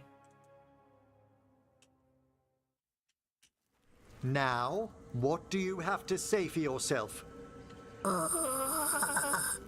Did I miss something? Since we're here to gather flowers for the dead, I thought I'd teach Manfred some plant names. But I just caught him attempting to wade into a rose bush.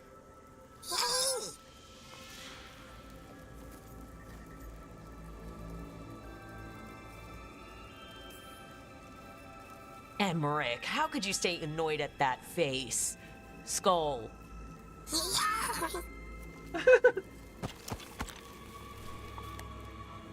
Oh, Manfred. Whatever will happen to you if I pass on? If? There's something I'd like to talk about. Do you know what a lich is, Rook? Doesn't ring a bell. A lich is a mage transformed into one of the undead while retaining their true, original consciousness. The idea fascinated me when I was younger.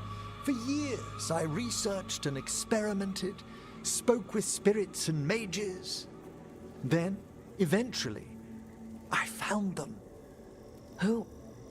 The Lich Lords of the Grand Necropolis. Necromancers before me who'd transformed themselves into true living dead.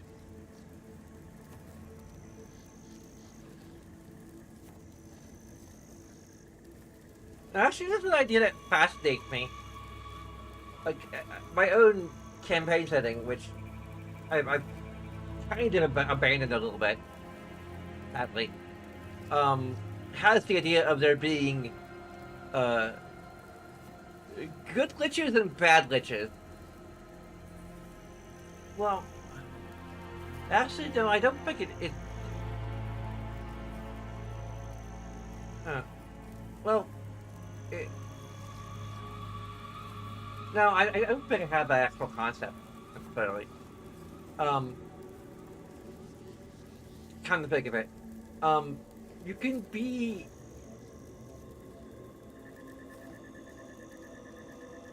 There's a concept of a half-lich, which is kind of distinct from a demi-lich, if only because it's designed with D&D in mind, and there is a specific enemy type called a demi-lich. So you had to kind of distinguish between... I mean, I guess I could technically just call it a demi-lich and like just make a note like this, you know, that indicates that a demi-lich is distinct in this setting from the standard demi-lich from the monster manual.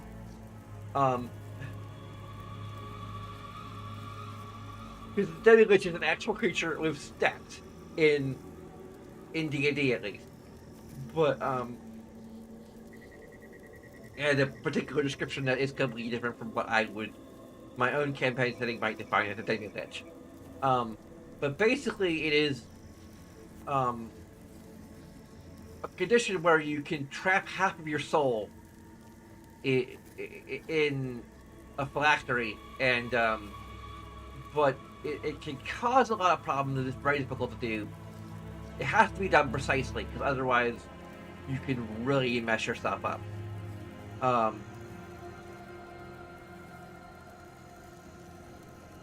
And even in the one best case scenario I've invented, the person is very neurodivergent.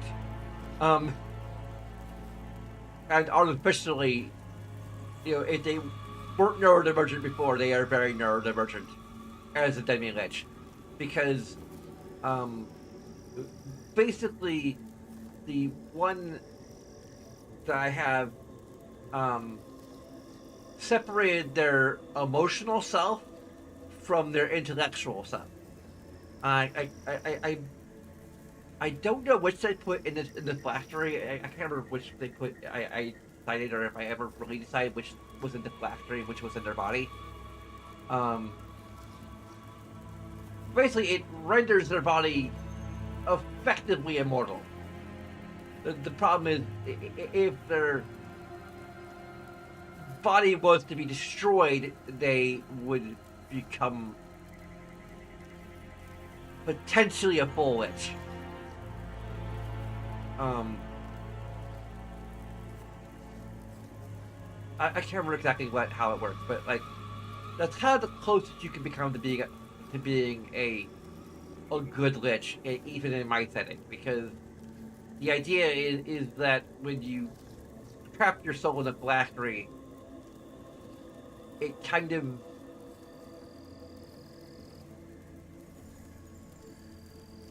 like you gradually lose more and more touch with your humanity until your morality kind of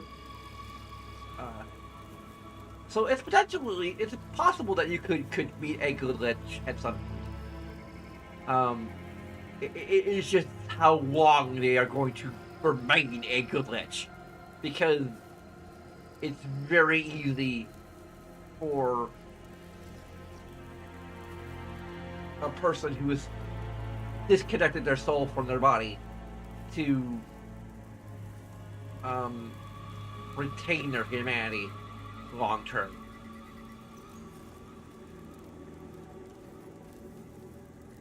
So it does kind of go into the trope of like someone who makes themselves immortal being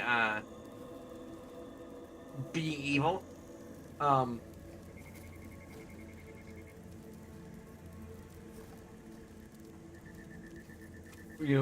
necromancy. But I think that it works logically that would be the case, because like otherwise, like you have to address the question in a setting, like if it's possible to use magic to make yourself immortal, why aren't more people doing it? Like if there isn't any cost to like your humanity or to this or that, then like why isn't this something that like a ton of people are doing? Like, granted, even the guy even the demi-lich, I'm just gonna call him a demi-lich because it's easier to say it. It sounds catchier than half-lich. Like, if you see them, they are incredibly wrinkly and shriveled because of how old they are. Because they're, like, older than you should physically be able to be. And still live. Like, they aren't quite, like, withered bad, but they're, like, they're very pruny.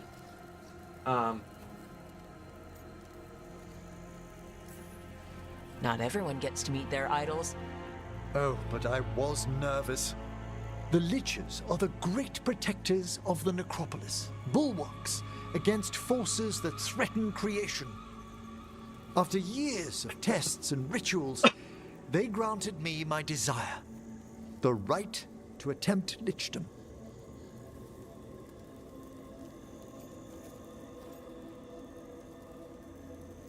Congratulations.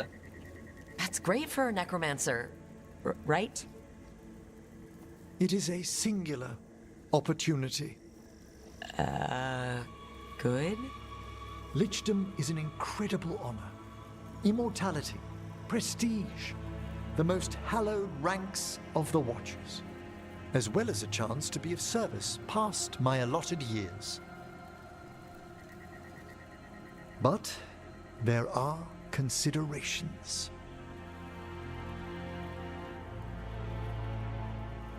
Come, we have flowers to gather for the dead.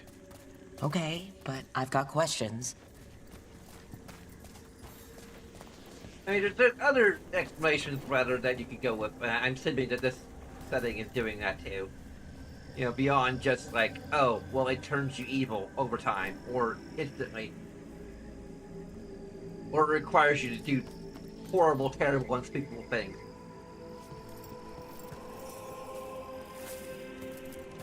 Blue creepvine. This will do nicely. Emmerich, aren't most undead just random spirits inside corpses? Liches are different. It wouldn't be a spirit acting in my name. My true consciousness would be housed in my departed flesh. How? The Order must keep some secrets.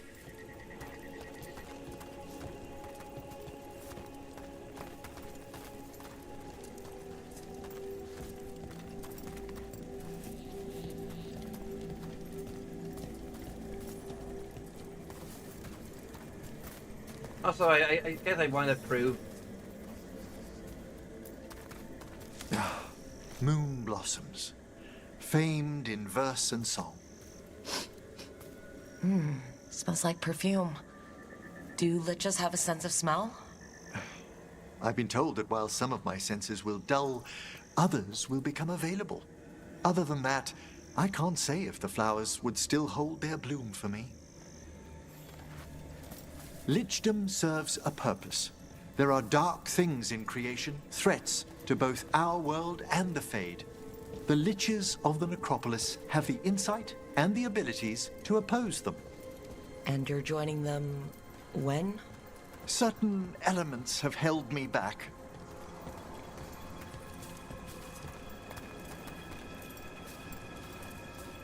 The fact that you have to, like, physically die to become a lich.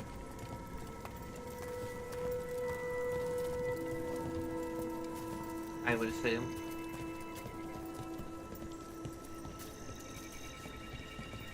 Like, being undead means that you're technically no longer alive. There's no ready instructions for lichdom. The steps must be discovered on one's own over years to be fully understood. Does the spell to become a lich kill you, or do you have to... No, mercifully, that falls to another watcher. After my death, my soul will be drawn back into my body instead of moving on to whatever lies beyond.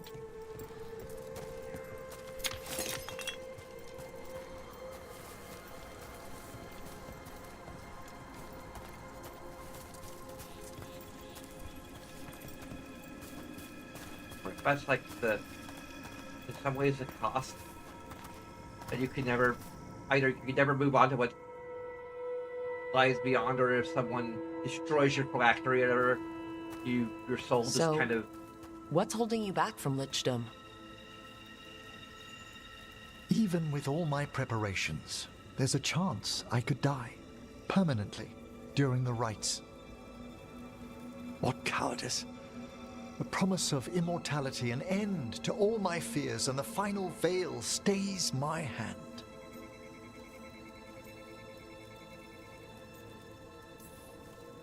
That's reasonable. Lots of people are afraid of dying. Is it?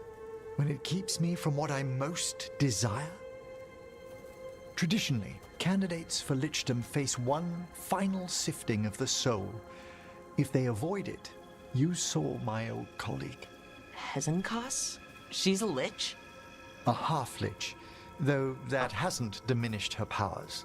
Until I stop her plans, I won't possess the peace of mind for lichdom. Why don't you select the next flowers, Rook? Sure. Yeah, I dig So the idea what's a of... half-lich, exactly? Johanna attempted the rites of lichdom and failed. Stuck in her in-between state, she is supremely dangerous, but can't learn any new magic. No wonder Hezenkas was shouting so much. Oh, she's always been that way.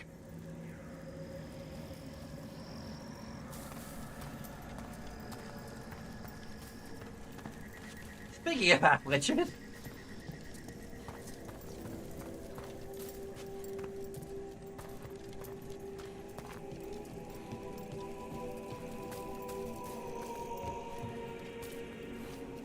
Like, vampires in my setting are not intrinsically evil. For example, like there's a lot of like subverting the idea that certain creatures that are intrinsically evil. But when it comes to liches, I think I just kind of feel like. What about the sifting of a soul that Hezenkas avoided? The spirits of the necropolis judge whether a candidate is worthy of the power and responsibility of lichdom. How'd she become a lich without it? I shared some knowledge when we were colleagues. She apparently put together more than I knew. It would be just like her to skip the rituals, the cleansings, the preparations of the soul.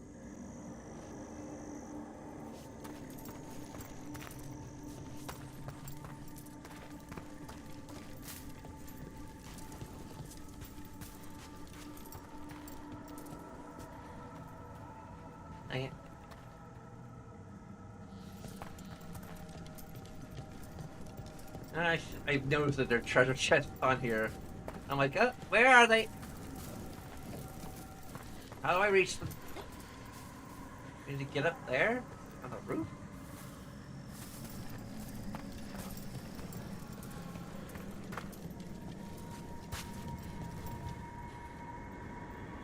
Also, like, vampires are kind of inherently have a cool factor to them.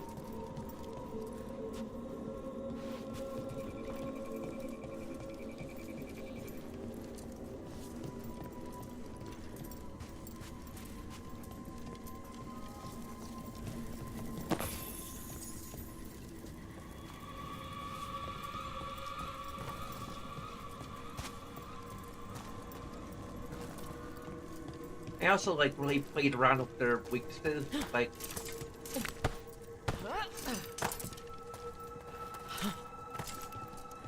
okay, that's okay. The prompt is a little weird. That's a whole other subject, I guess, but oh yeah, I also like the way they vampires tied to lichdom is that they're basically a blood lich. But instead of their soul being tied to an actual black race, their soul is tied to their blood.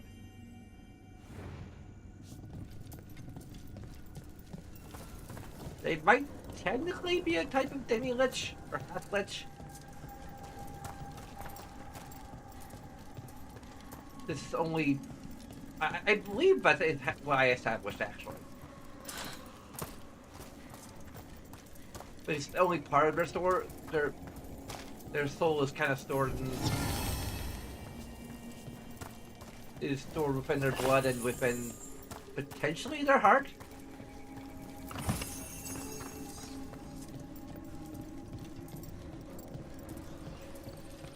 And it's the reason why taking I'll need a wisp. Is at least potentially effective for killing them.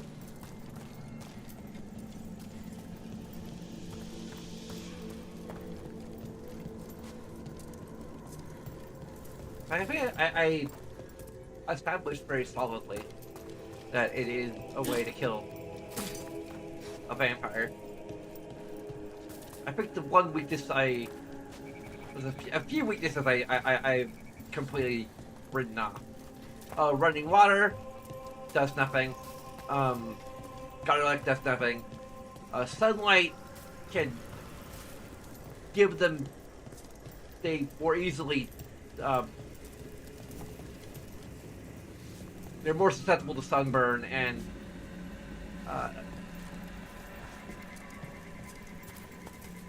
For a Watcher, Hezenkas is pretty harsh on spirits. We made allowances because of her discoveries. Too many. Spirits are not things to be disposed of. You really care about them. They're so susceptible to the world's whims, Rook. Some spirits are dangerous, but how quickly most respond to a bit of kindness, or care, or simple attempt to understand.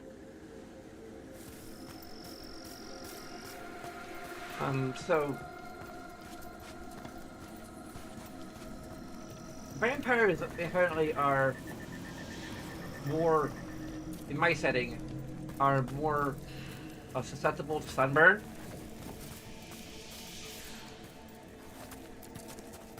For all she's done, I can't condemn Johanna for attempting lichdom. That freedom from mortality, that divorce from fear, and of course, time to read all of one's books. Of course. But how she's abused her abilities. Are my intentions enough to fare better? Worrying's a good sign. I guess the other thing to deal with sunlight is that unless they're wearing protection, like sunglasses, basically they suffer a penalty to perception because their eyes are more well adapted to darkness than to sunlight.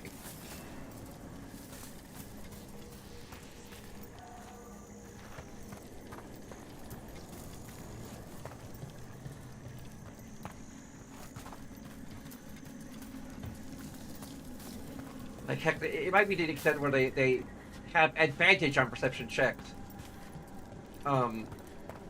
In actual darkness. I think that's how I'd have it work, like, at least in D&D terms. You have perception, advantage in perception when it's dark, or... Yeah, in darkness, I would say. Disadvantage in bright sunlight. And, just flat rolls, neither for if it's overcast or just a bit shaded, or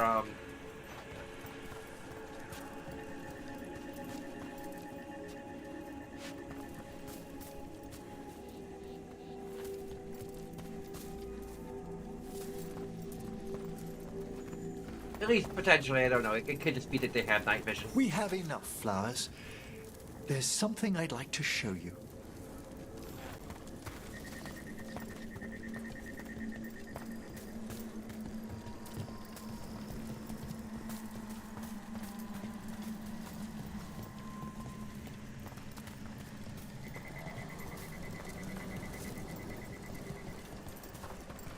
There's sometimes they can be expressed as a flat penalty.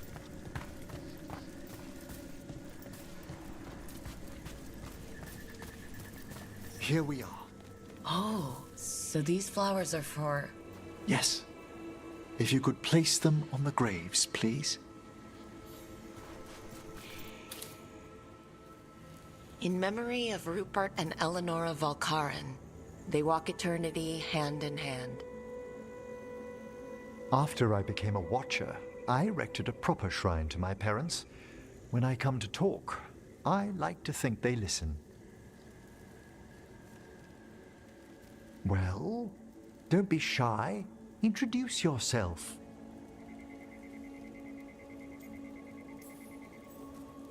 Rook, it's a pleasure. Do you remember your parents? Some memories are bright. Others are akin to those dim, early morning dreams one gets sometimes. Lately, I wondered what they'd think of our current course, the choices ahead. Your lichdom? What would they have wanted me to be?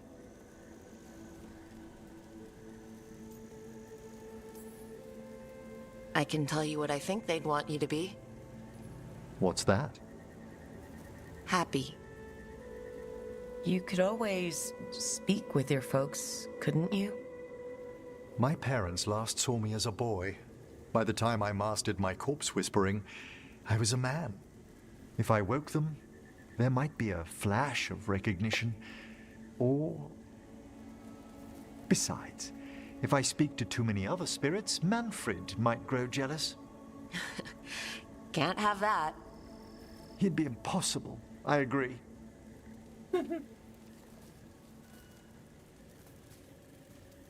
Emmerich is definitely my favorite of the male characters in this game.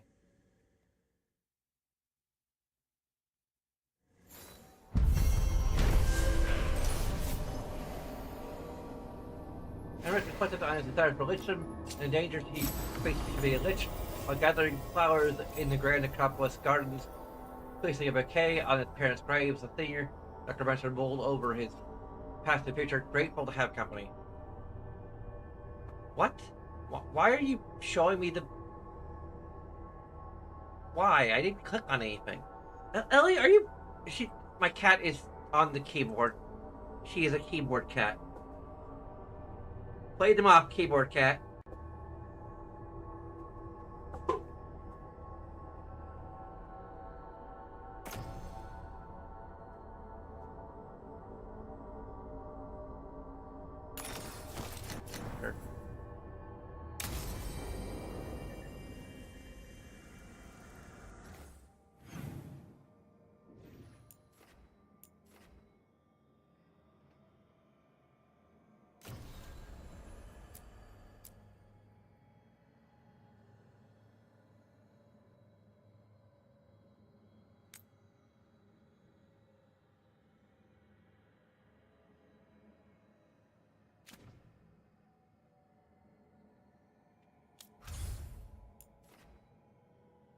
There aren't any new quests at the lighthouse, so...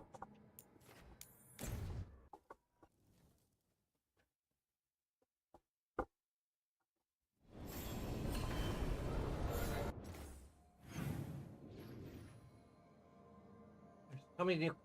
Ellie, stop touching the keyboard!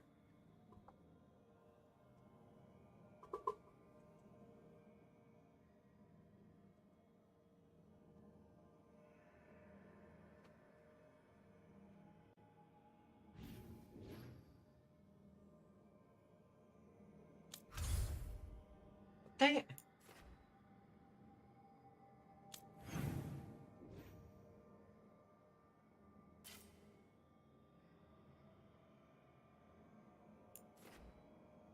Not sure if that's closer or further away.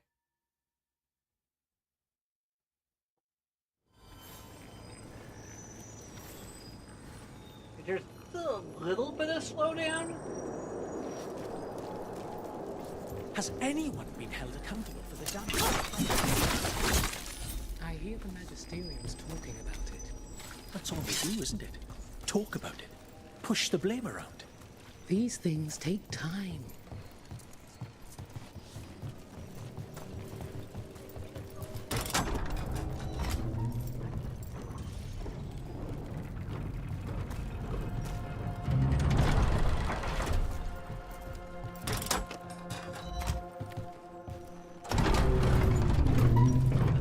I've talked about my campaign setting. It's called Terrain, by the way.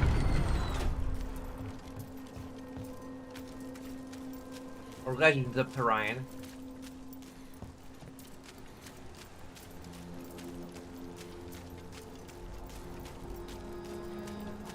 I'd love... My ideal situation would be for me to be able to play in that setting and have someone else actually, like, run the game for me. Because, like, actually preparing adventures is really hard for... Well, it's rewarding in its own way. I prefer the idea of just playing a character. Because I enjoy playing a character more than I enjoy spending my time setting things up, even if I'm running a free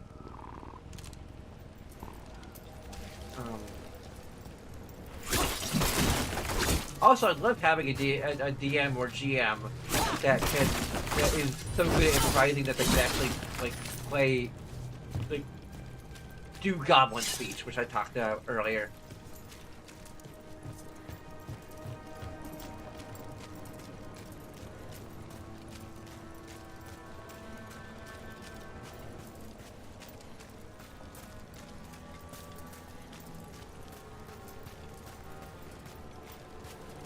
Anything I can chase down?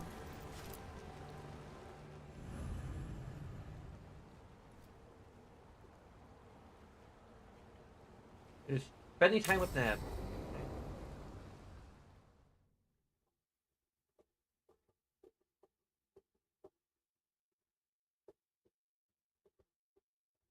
Deb is the least interesting character, period. I'm trying to decide that in my head.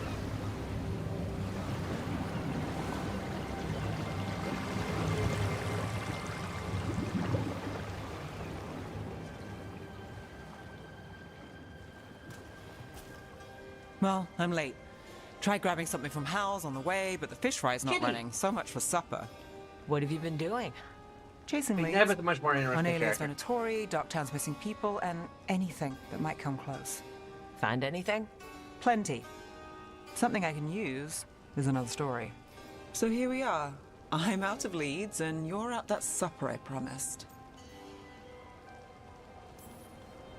I still get time with you. Can't say no to that. Because our time in the city is always a breeze? Almost never. But you're easy to get along with. Well, put it like that, and I'd have to say likewise. We gotta be trans or non-binary. You know, I can really be myself with you. I know the person I am. And that's not defined by others' labels. Being with someone who accepts that person, that's what matters. There's that charm and sunshine. And the truth. So what now? Anything you want. Name it.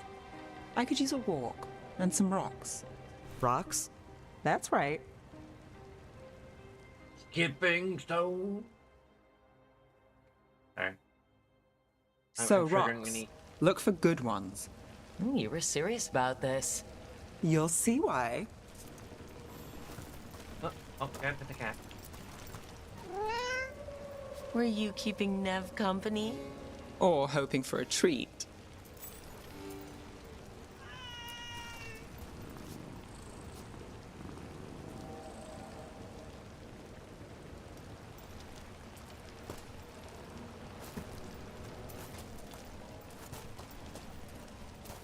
That's one of my many talents is I can do a semi-passable purring noise. I also roll my R's. Roll.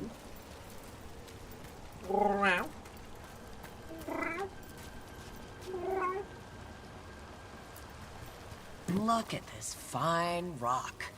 Are you making fun of me? Never. This is quality Minrathous gravel. Well, aren't you the expert?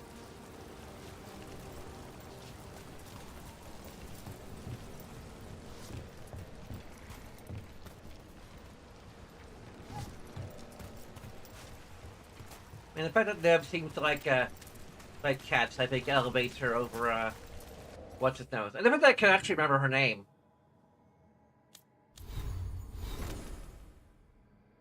Davrin. Grant, I'm attracted to women, so you know that does. So many rocks. How to choose? You said anything I want. I trust you have a plan. Because plans go well for us. I trust you, then.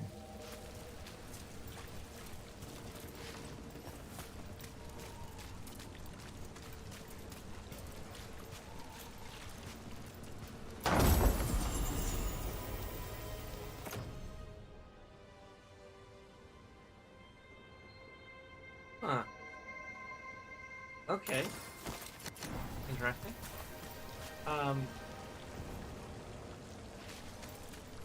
So I'm a little biased. By... All right. Time to put these rocks to use. Come on. Can't pet this kitty. Negative to gameplay. Because we can't pet every single kitty in the game. How are we doing? With the rocks or in general? Let's stick with the rocks. In that case, so far so good. Still trust I have a plan? I'm with you either way.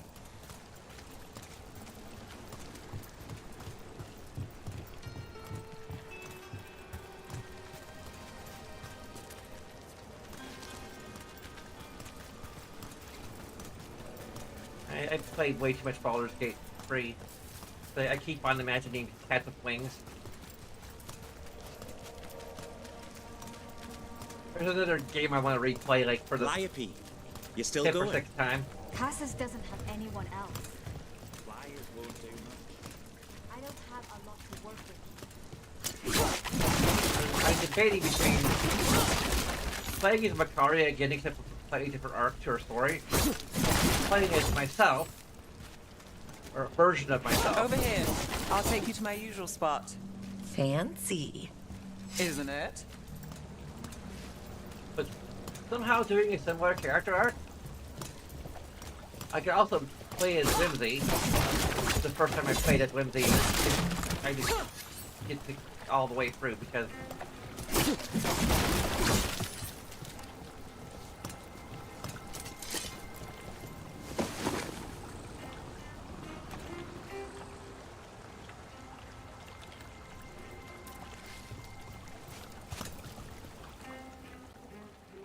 I want to check those crates.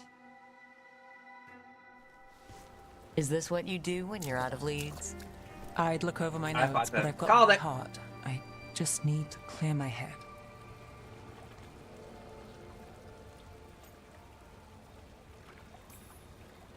Nev Gallus without her mind racing. I'd hardly know you. Aren't you clever? So what are you thinking? You can't count on a lot here. When I started, I wasn't going to save Minrathus, never mind Thedas. But if I could take a job and follow through, well, maybe people could count on me. But at the end of the day, what have I done? What sticks?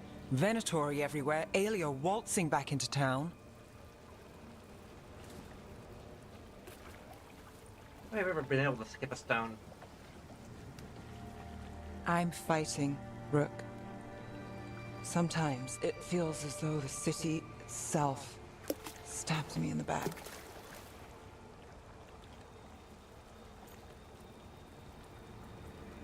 We're not committing to an exclusive relationship. Technically. We're committing to a romantic and potentially sexual relationship. Not on my watch.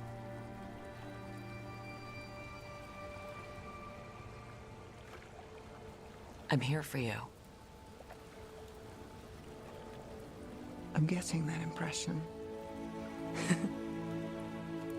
Oh, this is crazy.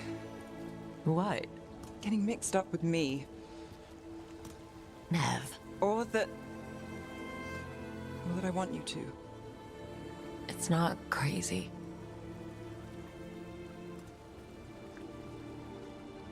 There's a lot to lose. Isn't there always?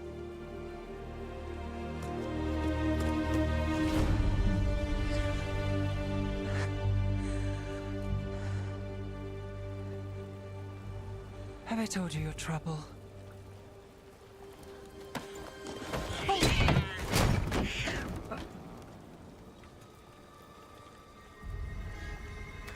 You've got something. Maybe. Come on. Can we just have a little kiss first?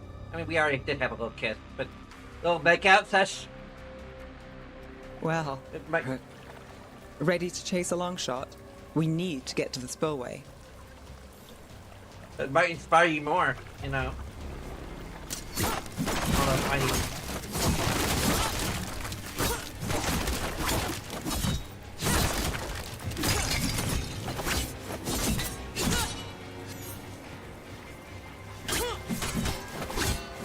That's the steel crate, I guess.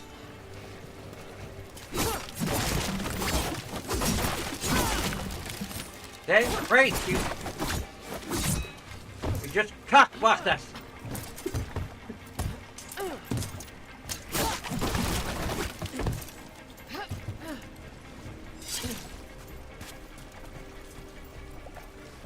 You've got something on Aelia?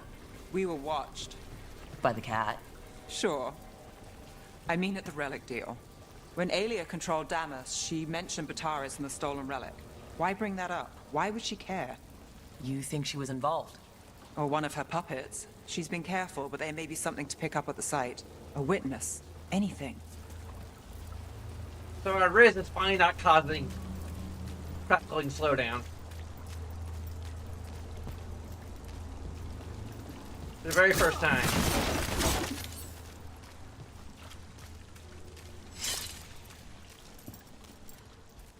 Yeah, I like polyamory. We I mean, can at least get to the way the I site from here, up interpret and it, across that building. is about commitment, not exclusivity.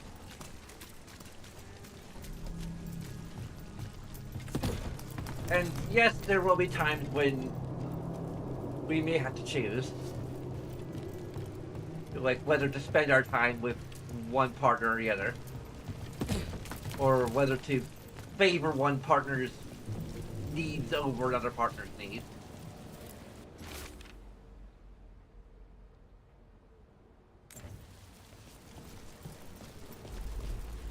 And there may be at least a rough hierarchy in that regard. So we're returning to the scene of the crime, where we fought Bataris? It's just a hunch, but it's the best I've got. I'm with you. Let's see what's there.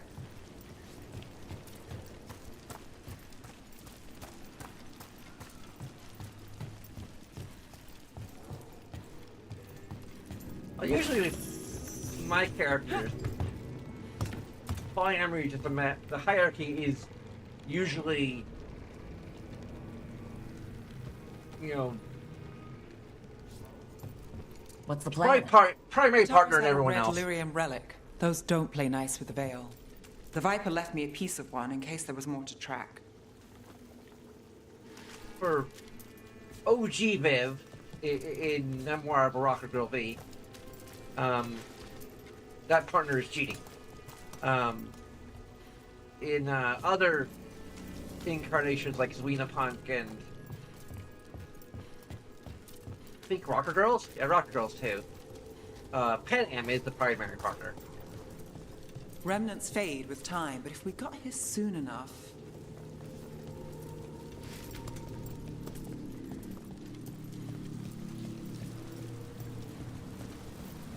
Remnants. We've got them. Fainter than the ones we found before, but I'll see what I can draw out. Let's take a look. I'm on it. The thread smuggler. But this feels scrambled. Two people's thoughts in one source. She wasn't a traitor. She was a puppet. Aelia moving goods to her followers.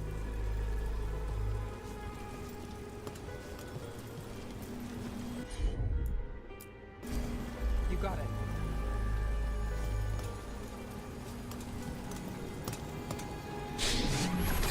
Echoes of greed, pride, our Venatori, Bataris. Look there, there's more. By the waterfall. And really, like, the way we deal with it is much like just having more than one friend. Like, sometimes friends...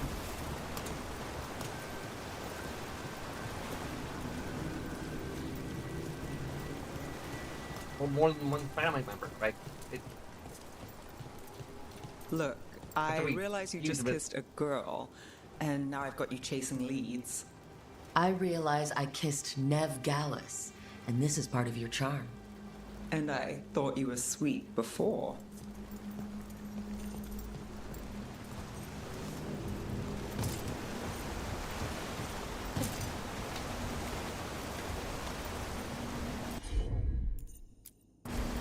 Here goes nothing.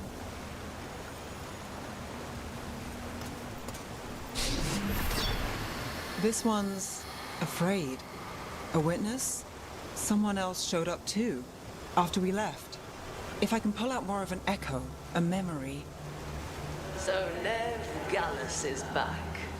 Tell me what you saw. Nothing, I swear. Aelia.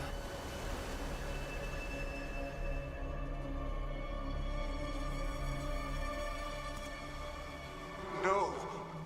In my head. Stay out. A bystander? They must have seen the fight. Then Aelia showed up. Tell me, Would you see this city rise?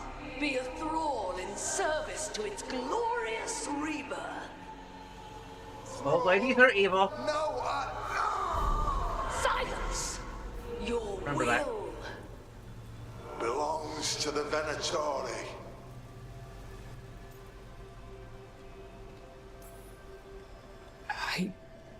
I'm so sorry. The risen god will unlock my true power. He's given me Vena Vitalis. We start here. What's Vena Vitalis? A rumor, an old Tevinter ritual to increase blood magic. Fake accounts appear on the black market. The real records were burned by magisters. It scared them. But if Aelia follows Elganon, if he could give her the trick, the Venatori are in power, but Aelia wants total control. Blood ritual. Then the missing people. It's a lead. But where? When? Who else does Aelia break before I track her down? Nev? This place means something to me. But what am I to it if I can't?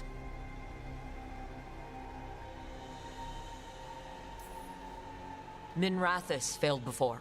Not you. This time we stop Aelia for good. Venatori who threatened Docktown, they've got Nev Gallus to fear. If I don't reach her fast enough. You will. Because lives are at stake. I'm a sucker, Rook. Getting caught up in all this. Bad habit.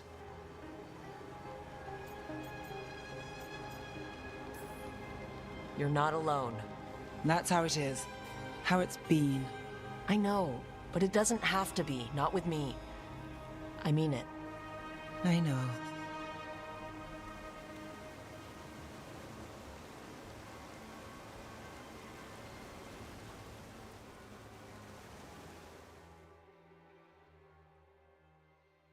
There's a degree to which, for us, I guess for a lot of my polyamorous characters, there's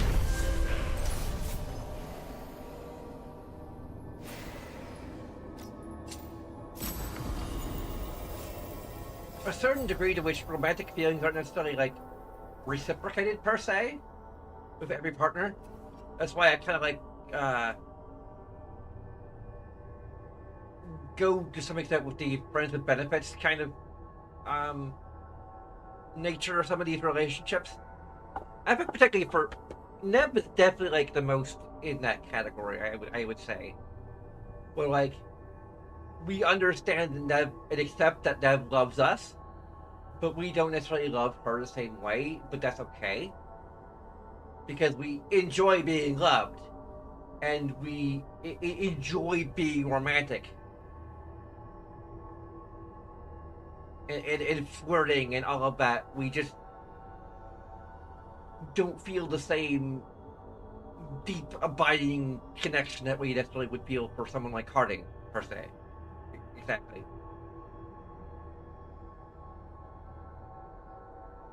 Heck, even Tosh, we kind of like feel. I don't know, like there's definitely like more feelings for Tosh. Probably like the core pull again is. Oh, I don't know, but there's a core quadruple. Couple. We'll call it a couple. At this point,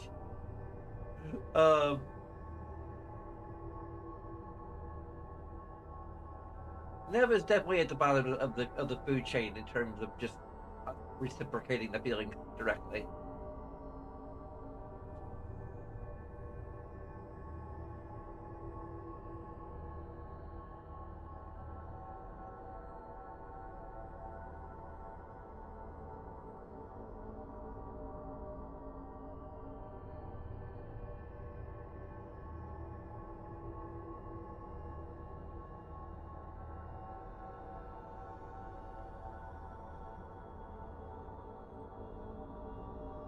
It's possible we'll come to actually like genuinely like or love her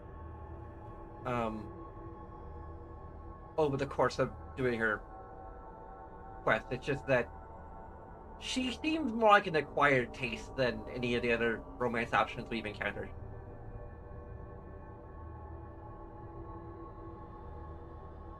And it is a matter of whether or not we'll actually acquire it.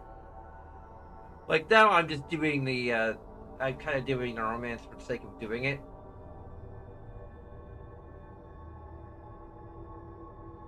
And because she's attractive. You know, we find her attractive. At least physically, and she's not too bad personality-wise. Either. She's acceptable personality-wise. I don't know what to say about making a backhanded compliment, I'm sorry. What's this,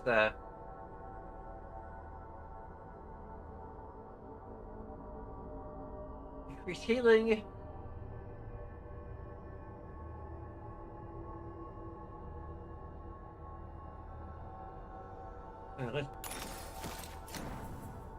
He's alright.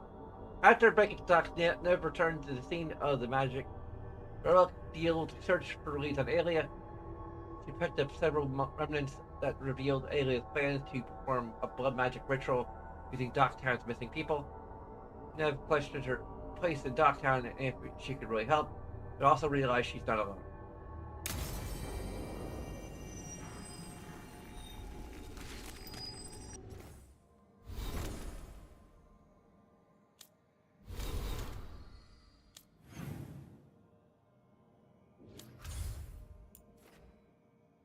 We don't have any new quests, but we'll see if there's like any new dialogue, or we'll debrief before we call it a night.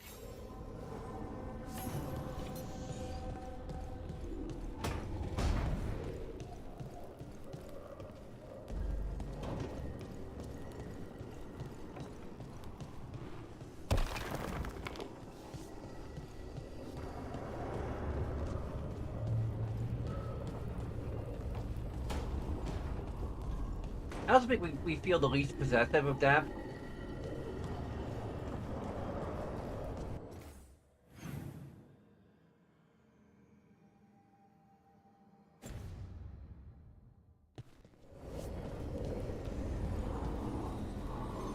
I'm not sure where we...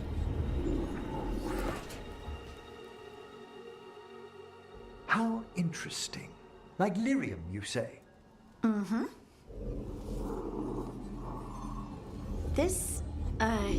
This table's really cold. Marble. It's wonderful on hot summer days. Right. Nothing's happening. Precisely. Emmerich, you wanted to see me? Ah, Rook. If you would be so kind as to step over here. And there we have it. Just as I suspected. Emotions? Involving Rook. Wait, me? Young love indeed. Come, Manfred. I'm sure they'll want to discuss the implications. Emmerich? Really? You went to the necromancer for dating advice? I'm not sure how to explain. Well, things can't get any weirder. Emmerich suspected that my abilities could be tied to how I was feeling. Feeling about you. I mean, the special feelings. You know.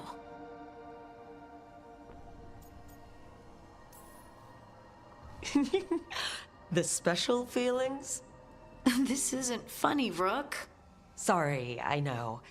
It's just how you said... Never mind. What can I do? Lyrium was the blood of the Titans. If my heart's beating and my blood's racing around, maybe... I'm sorry.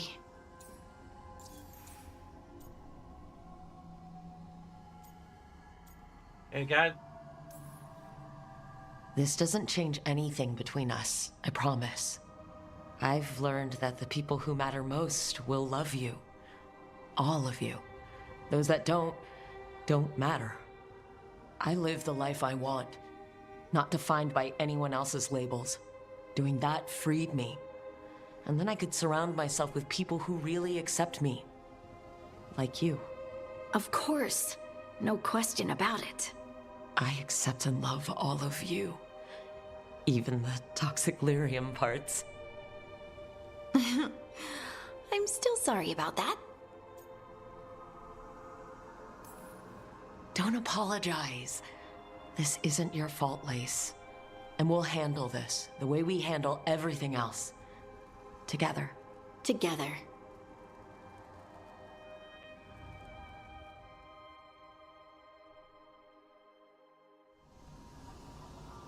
Yeah, like...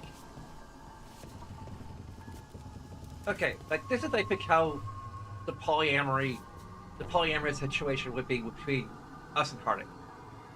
Is that, like, we feel the most possessive of Harding, but that's kind of cool because Harding doesn't really want anyone else.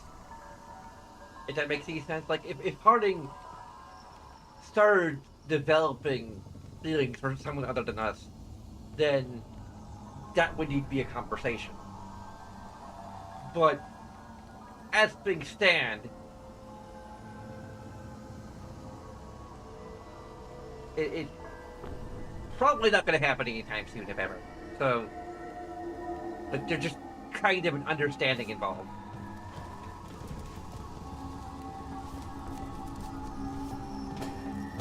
And there's had to be, I guess, conversations regarding potential threesomes and things like that. We won't talk too much about that. Like, it's a matter of that applies to everyone, like whatever they're comfortable with. And if they aren't, then it just doesn't happen.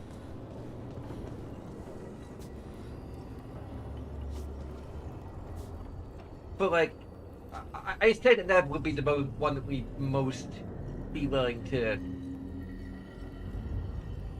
share if.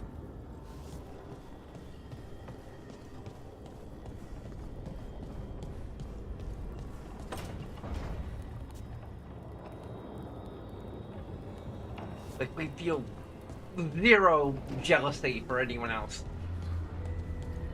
interacting with them, with her physically or romantically.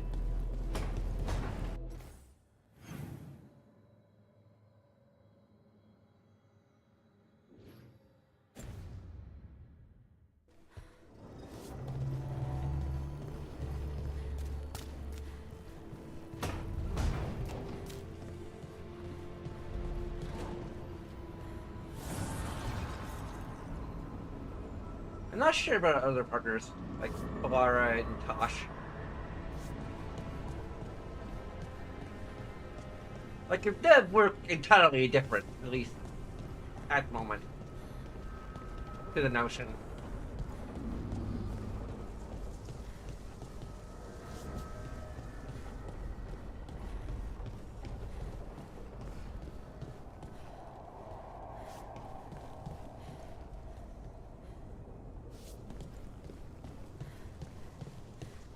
With Balara, I don't know, maybe we'd be just kind of happy that she would have other friends with benefits or otherwise.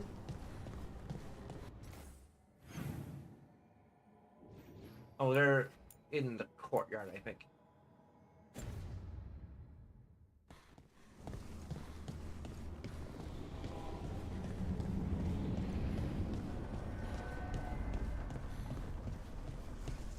You know, other people she can lean on for emotional or romantic support.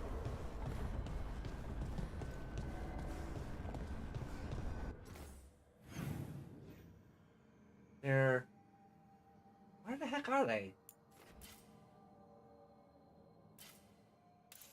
Are they, like, in the...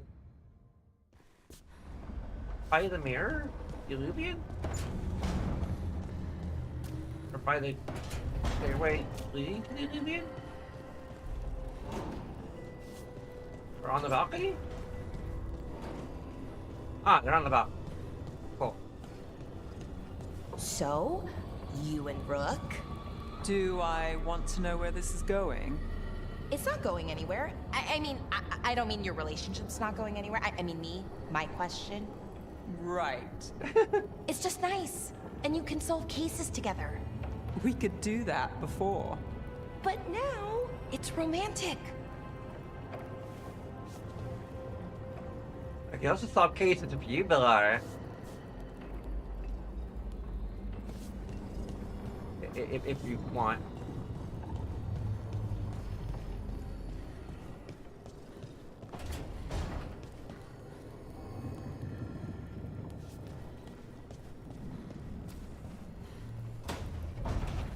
I think solving cases is probably going to be the exclusive aspect of Nev's relationship. We're not allowed to solve cases of anyone but Nev. We've got to have these special things that we only do with a particular partner. It's very important to any polyamorous relationship.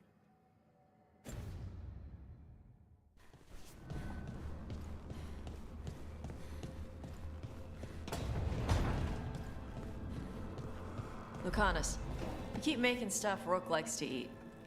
How do I do that? You want to learn how to cook, or you just want to make something special for Rook? The second one. I'll show you how to make chocolate calda, Rook's favorite drink. How do you know our favorite drink?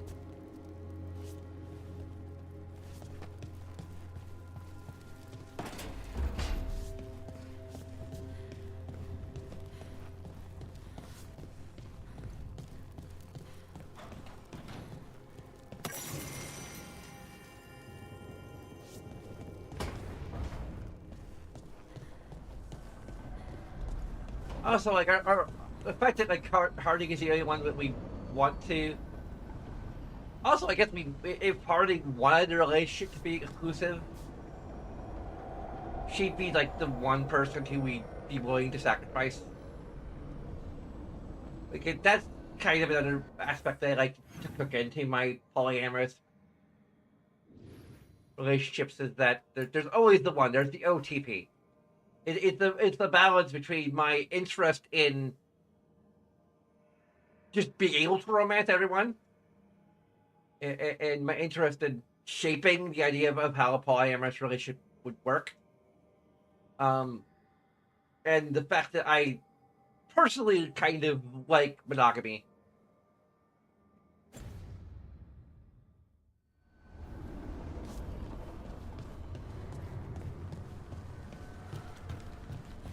Maybe less because I feel that's the best way to go, and more that because I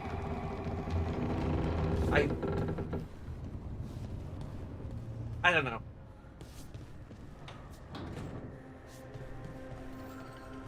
It is more like I'm not sure I'm built to personally manage. Like, in a situation where I'm controlling all the pieces, like writing a fanfic,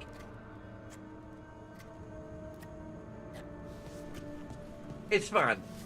But like IRL, there's so much potential for drama, there's so much potential for misunderstanding.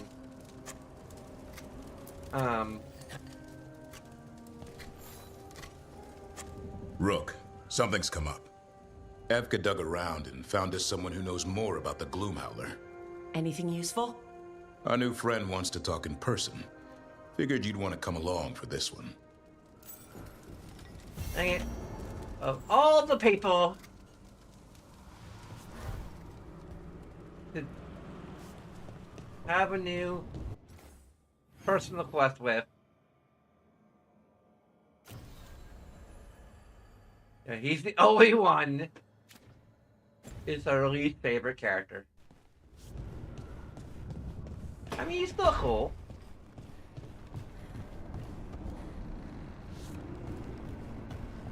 He's alright.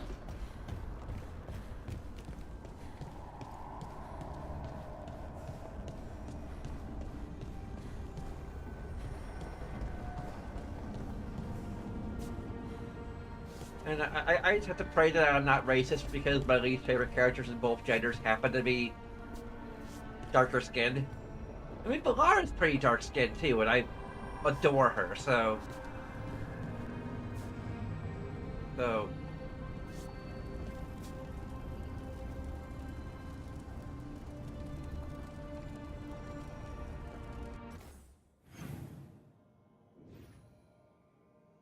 It's the content of her character that, I'm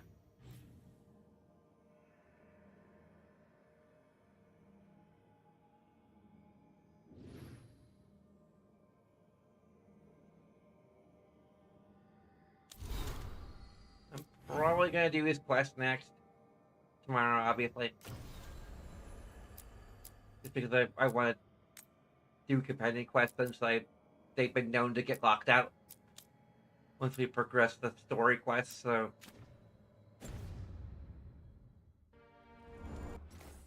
I'm really happy that we appear to have solved the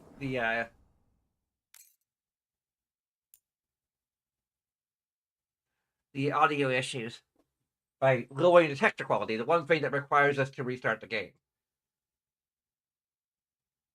Like, I would have solved it for on trial and error if I didn't have to restart the game to do it.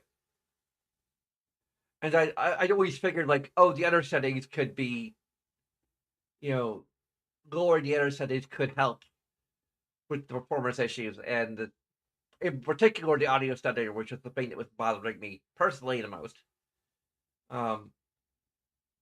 Because I can kind of filter out the frame rate as long as it's not really making the game particularly harder.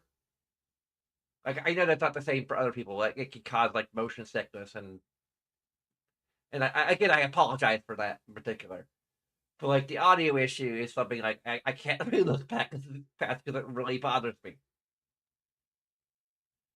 It's funny that as someone with sensitive, with heightened sensitivity to stimuli, I'm actually least bothered by frame rate issues. I think it's because I'm so used to like mentally phasing out anything that would otherwise that might otherwise overwhelm me. That that is my hypothesis anyway. That I'm just so used to just ignoring things that would otherwise bother me that I've gotten too good at it.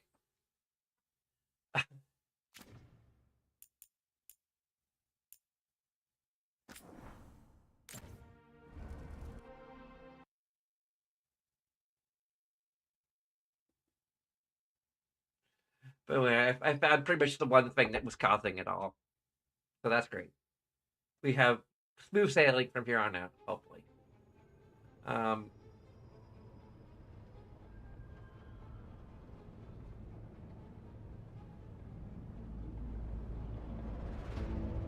probably not going to trade in my physical copy for the PS5, but I'm probably never going to use it. It'll probably be something that will sit on the shelf.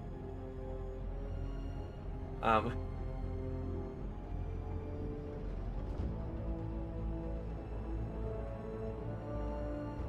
mean, the game might technically run and play better on the PS5, but I enjoy mods too much. Anyway, enough about that. Let's talk about the things you can do. You can like, you can subscribe, you can comment, you can congratulate me for figuring out, finally, after like almost 20 episodes of not bothering to really reduce the texture size.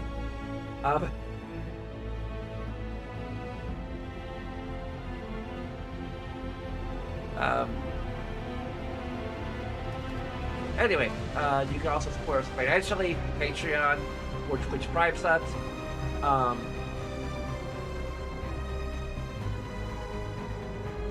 Or regular Twitch subs.